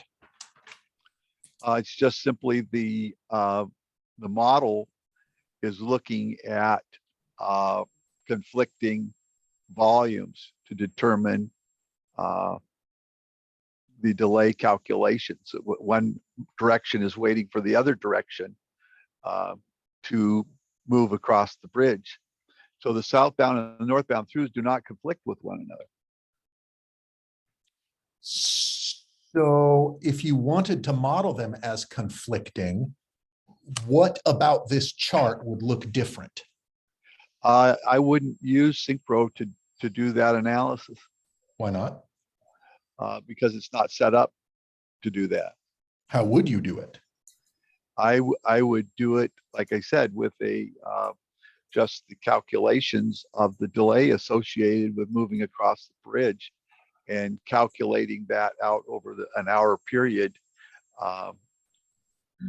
for the conflicting volume. So you look at the northbound through, it takes them 5 seconds to cross the bridge. And then you have a delay of 4 seconds for the amber time. And then you have a wait of 5 seconds, and you figure out how many intervals of that exist in the hour period for each of those movements. And that would determine the delay that was being experienced. And with a resultant delay, you'd be able to determine level of service. And is there any evidence in the draft EIS or any of the other documents that you've reviewed that the applicant conducted that type of analysis for Meadowbrook Bridge? No. What are the implications of treating Meadowbrook Bridge as if it were actually a 2-lane bridge? Well, you'd eliminate the capacity issue of the bridge. When you say eliminate it, you mean that the bridge would look better than it is, or what does that mean? Yeah, it would look better than it does. Okay. Well, actually, if it was a two-way bridge, you wouldn't need a signal to control it. Okay. And so is it your testimony then that when you look at FEIS page 3-97 and the city says the traffic analysis accurately accounted for the fact that the Meadowbrook Bridge is a single lane bridge, is it your testimony that that statement is incorrect? Yes, it is. And does this erroneous modeling of Meadowbrook Bridge and the backing up of traffic, let me rephrase. Does the failure to account for the backing up of traffic onto Railroad Bridge and the failure to correctly model traffic across Meadowbrook Bridge deprive the city of the opportunity to understand this project's traffic impacts? Well, between the two bridges, you're talking about 60% of the site generated traffic. So if the site does not have access to these routes away from the site, they've got to go someplace else. And if they go someplace else, it's going to put a major impact someplace else. And that's not understood. Okay. I think that's enough on local bridges. Madam Examiner, we were going to cut off in about 5 minutes. I've got 3 more subjects to get through. They are short, but they are not 5 minutes short. Yeah. So with your permission, I'd like to pause there and then figure out how we're going to get the rest of this testimony plus cross. I think that's correct. I don't want to start a topic and then cut it off artificially in the middle. So we'll go ahead and pause testimony for today. And thank you for your testimony so far, Mr. Norris. Let's have council come on. I had the interesting question posited earlier. How early can we start? That does have something to do with our alarm clocks. It also has to do with staff availability and Zoom availability. And so I guess we need to hear first from the city about if there are restrictions about how early we can start. And before we do that, let's have Mr. Seidels let us know how much more direct do you anticipate? You said Yeah, right. Not that short. So like I said, there's going to be 3 more subjects: regional transportation, road conditions and construction impacts, and then just kind of a sum up where we're like, all right, did the FEIS fix any of this and what are the implications? So, I mean, we got through this part pretty quick. Maybe half an hour for my remaining stuff. Approximately. Yeah. 30 Yeah. minutes. And so then we would need to, and we were trying to be done by 10. By 10, yeah, By 10. I got to jump off at 10. Council, Ms. Kaler, any forecast? Can you give us any forecast about how long your cross will be? For us, Mr. Cartman will be doing the cross. And I don't think we have a lot, having communicated with him, but we do have some. And then of course the city will have some. I would want to leave collectively, I think an hour for cross, just to be safe. So that puts, if we did that, that would be starting at 8:30, Yeah. half an hour to complete testimony and an hour from 9 to 10 to wrap up cross. Is there any starting limitation on Mr. Norris? Are you available? Are you available at 8:30? Is the city available at 8:30? Should we bump that up just a little bit for more margin of comfort, like 8:15, 8 o'clock? Somebody tell me what they think. I'm available at 8:30. Is the city available? Is staff, is the IT running our meeting here? Are you available at Defer to 8:30? Mr. Rogers and Mr. Monroe. Yeah. I'm available at 8:30 and there are no restrictions on how early we could use the Zoom webinar Okay. or how late we can go tomorrow as well. Okay. Is anyone available? Is everybody available at 8? Since we do have a hard stop at 10, I feel like better to err on the side of having a little bit of extra time as opposed to, running into that Agreed. hard stop. Mr. Norris, can you join us at 8? Yes, I can. We'll all be bleary and lots of coffee, but I think that if there is adequate caffeine, that should be okay. I mean, we're not driving. So. Does that work for everybody in the city? An 8 o'clock start time? It works for me. I'm looking to Mr. Rogers. Yeah, And Mr. Rogers had said 8:30, so. I can begin at 8 a.m. Okay. Mr. Seidels, 8 o'clock? 8 o'clock it is. All right. Well, then we will resume then. Mr. Cartman, anything to contribute to that conversation? Since you'll be doing the cross exam. I just wanted to ask quickly, Mr. Seidels, I really appreciate you identifying the issues that you're going through. Were the 3 issues that you just said are remaining the 3 issues from your original list that we have not gotten to yet? Yes, that's correct. Thank you. I second the appreciation. Thank you. That's been helpful to help us track at the end of the day. All right. I think we'll close now then. Again, thanks, Mr. Norris, for waiting around for your testimony. Sorry to drag you over 2 days. Appreciate your patience with this process and everybody's patience. Thanks very much. We are adjourned for the evening. We'll be reconvening at 8 a.m. with 2 mugs of coffee. All right. Thank you. Good night. We can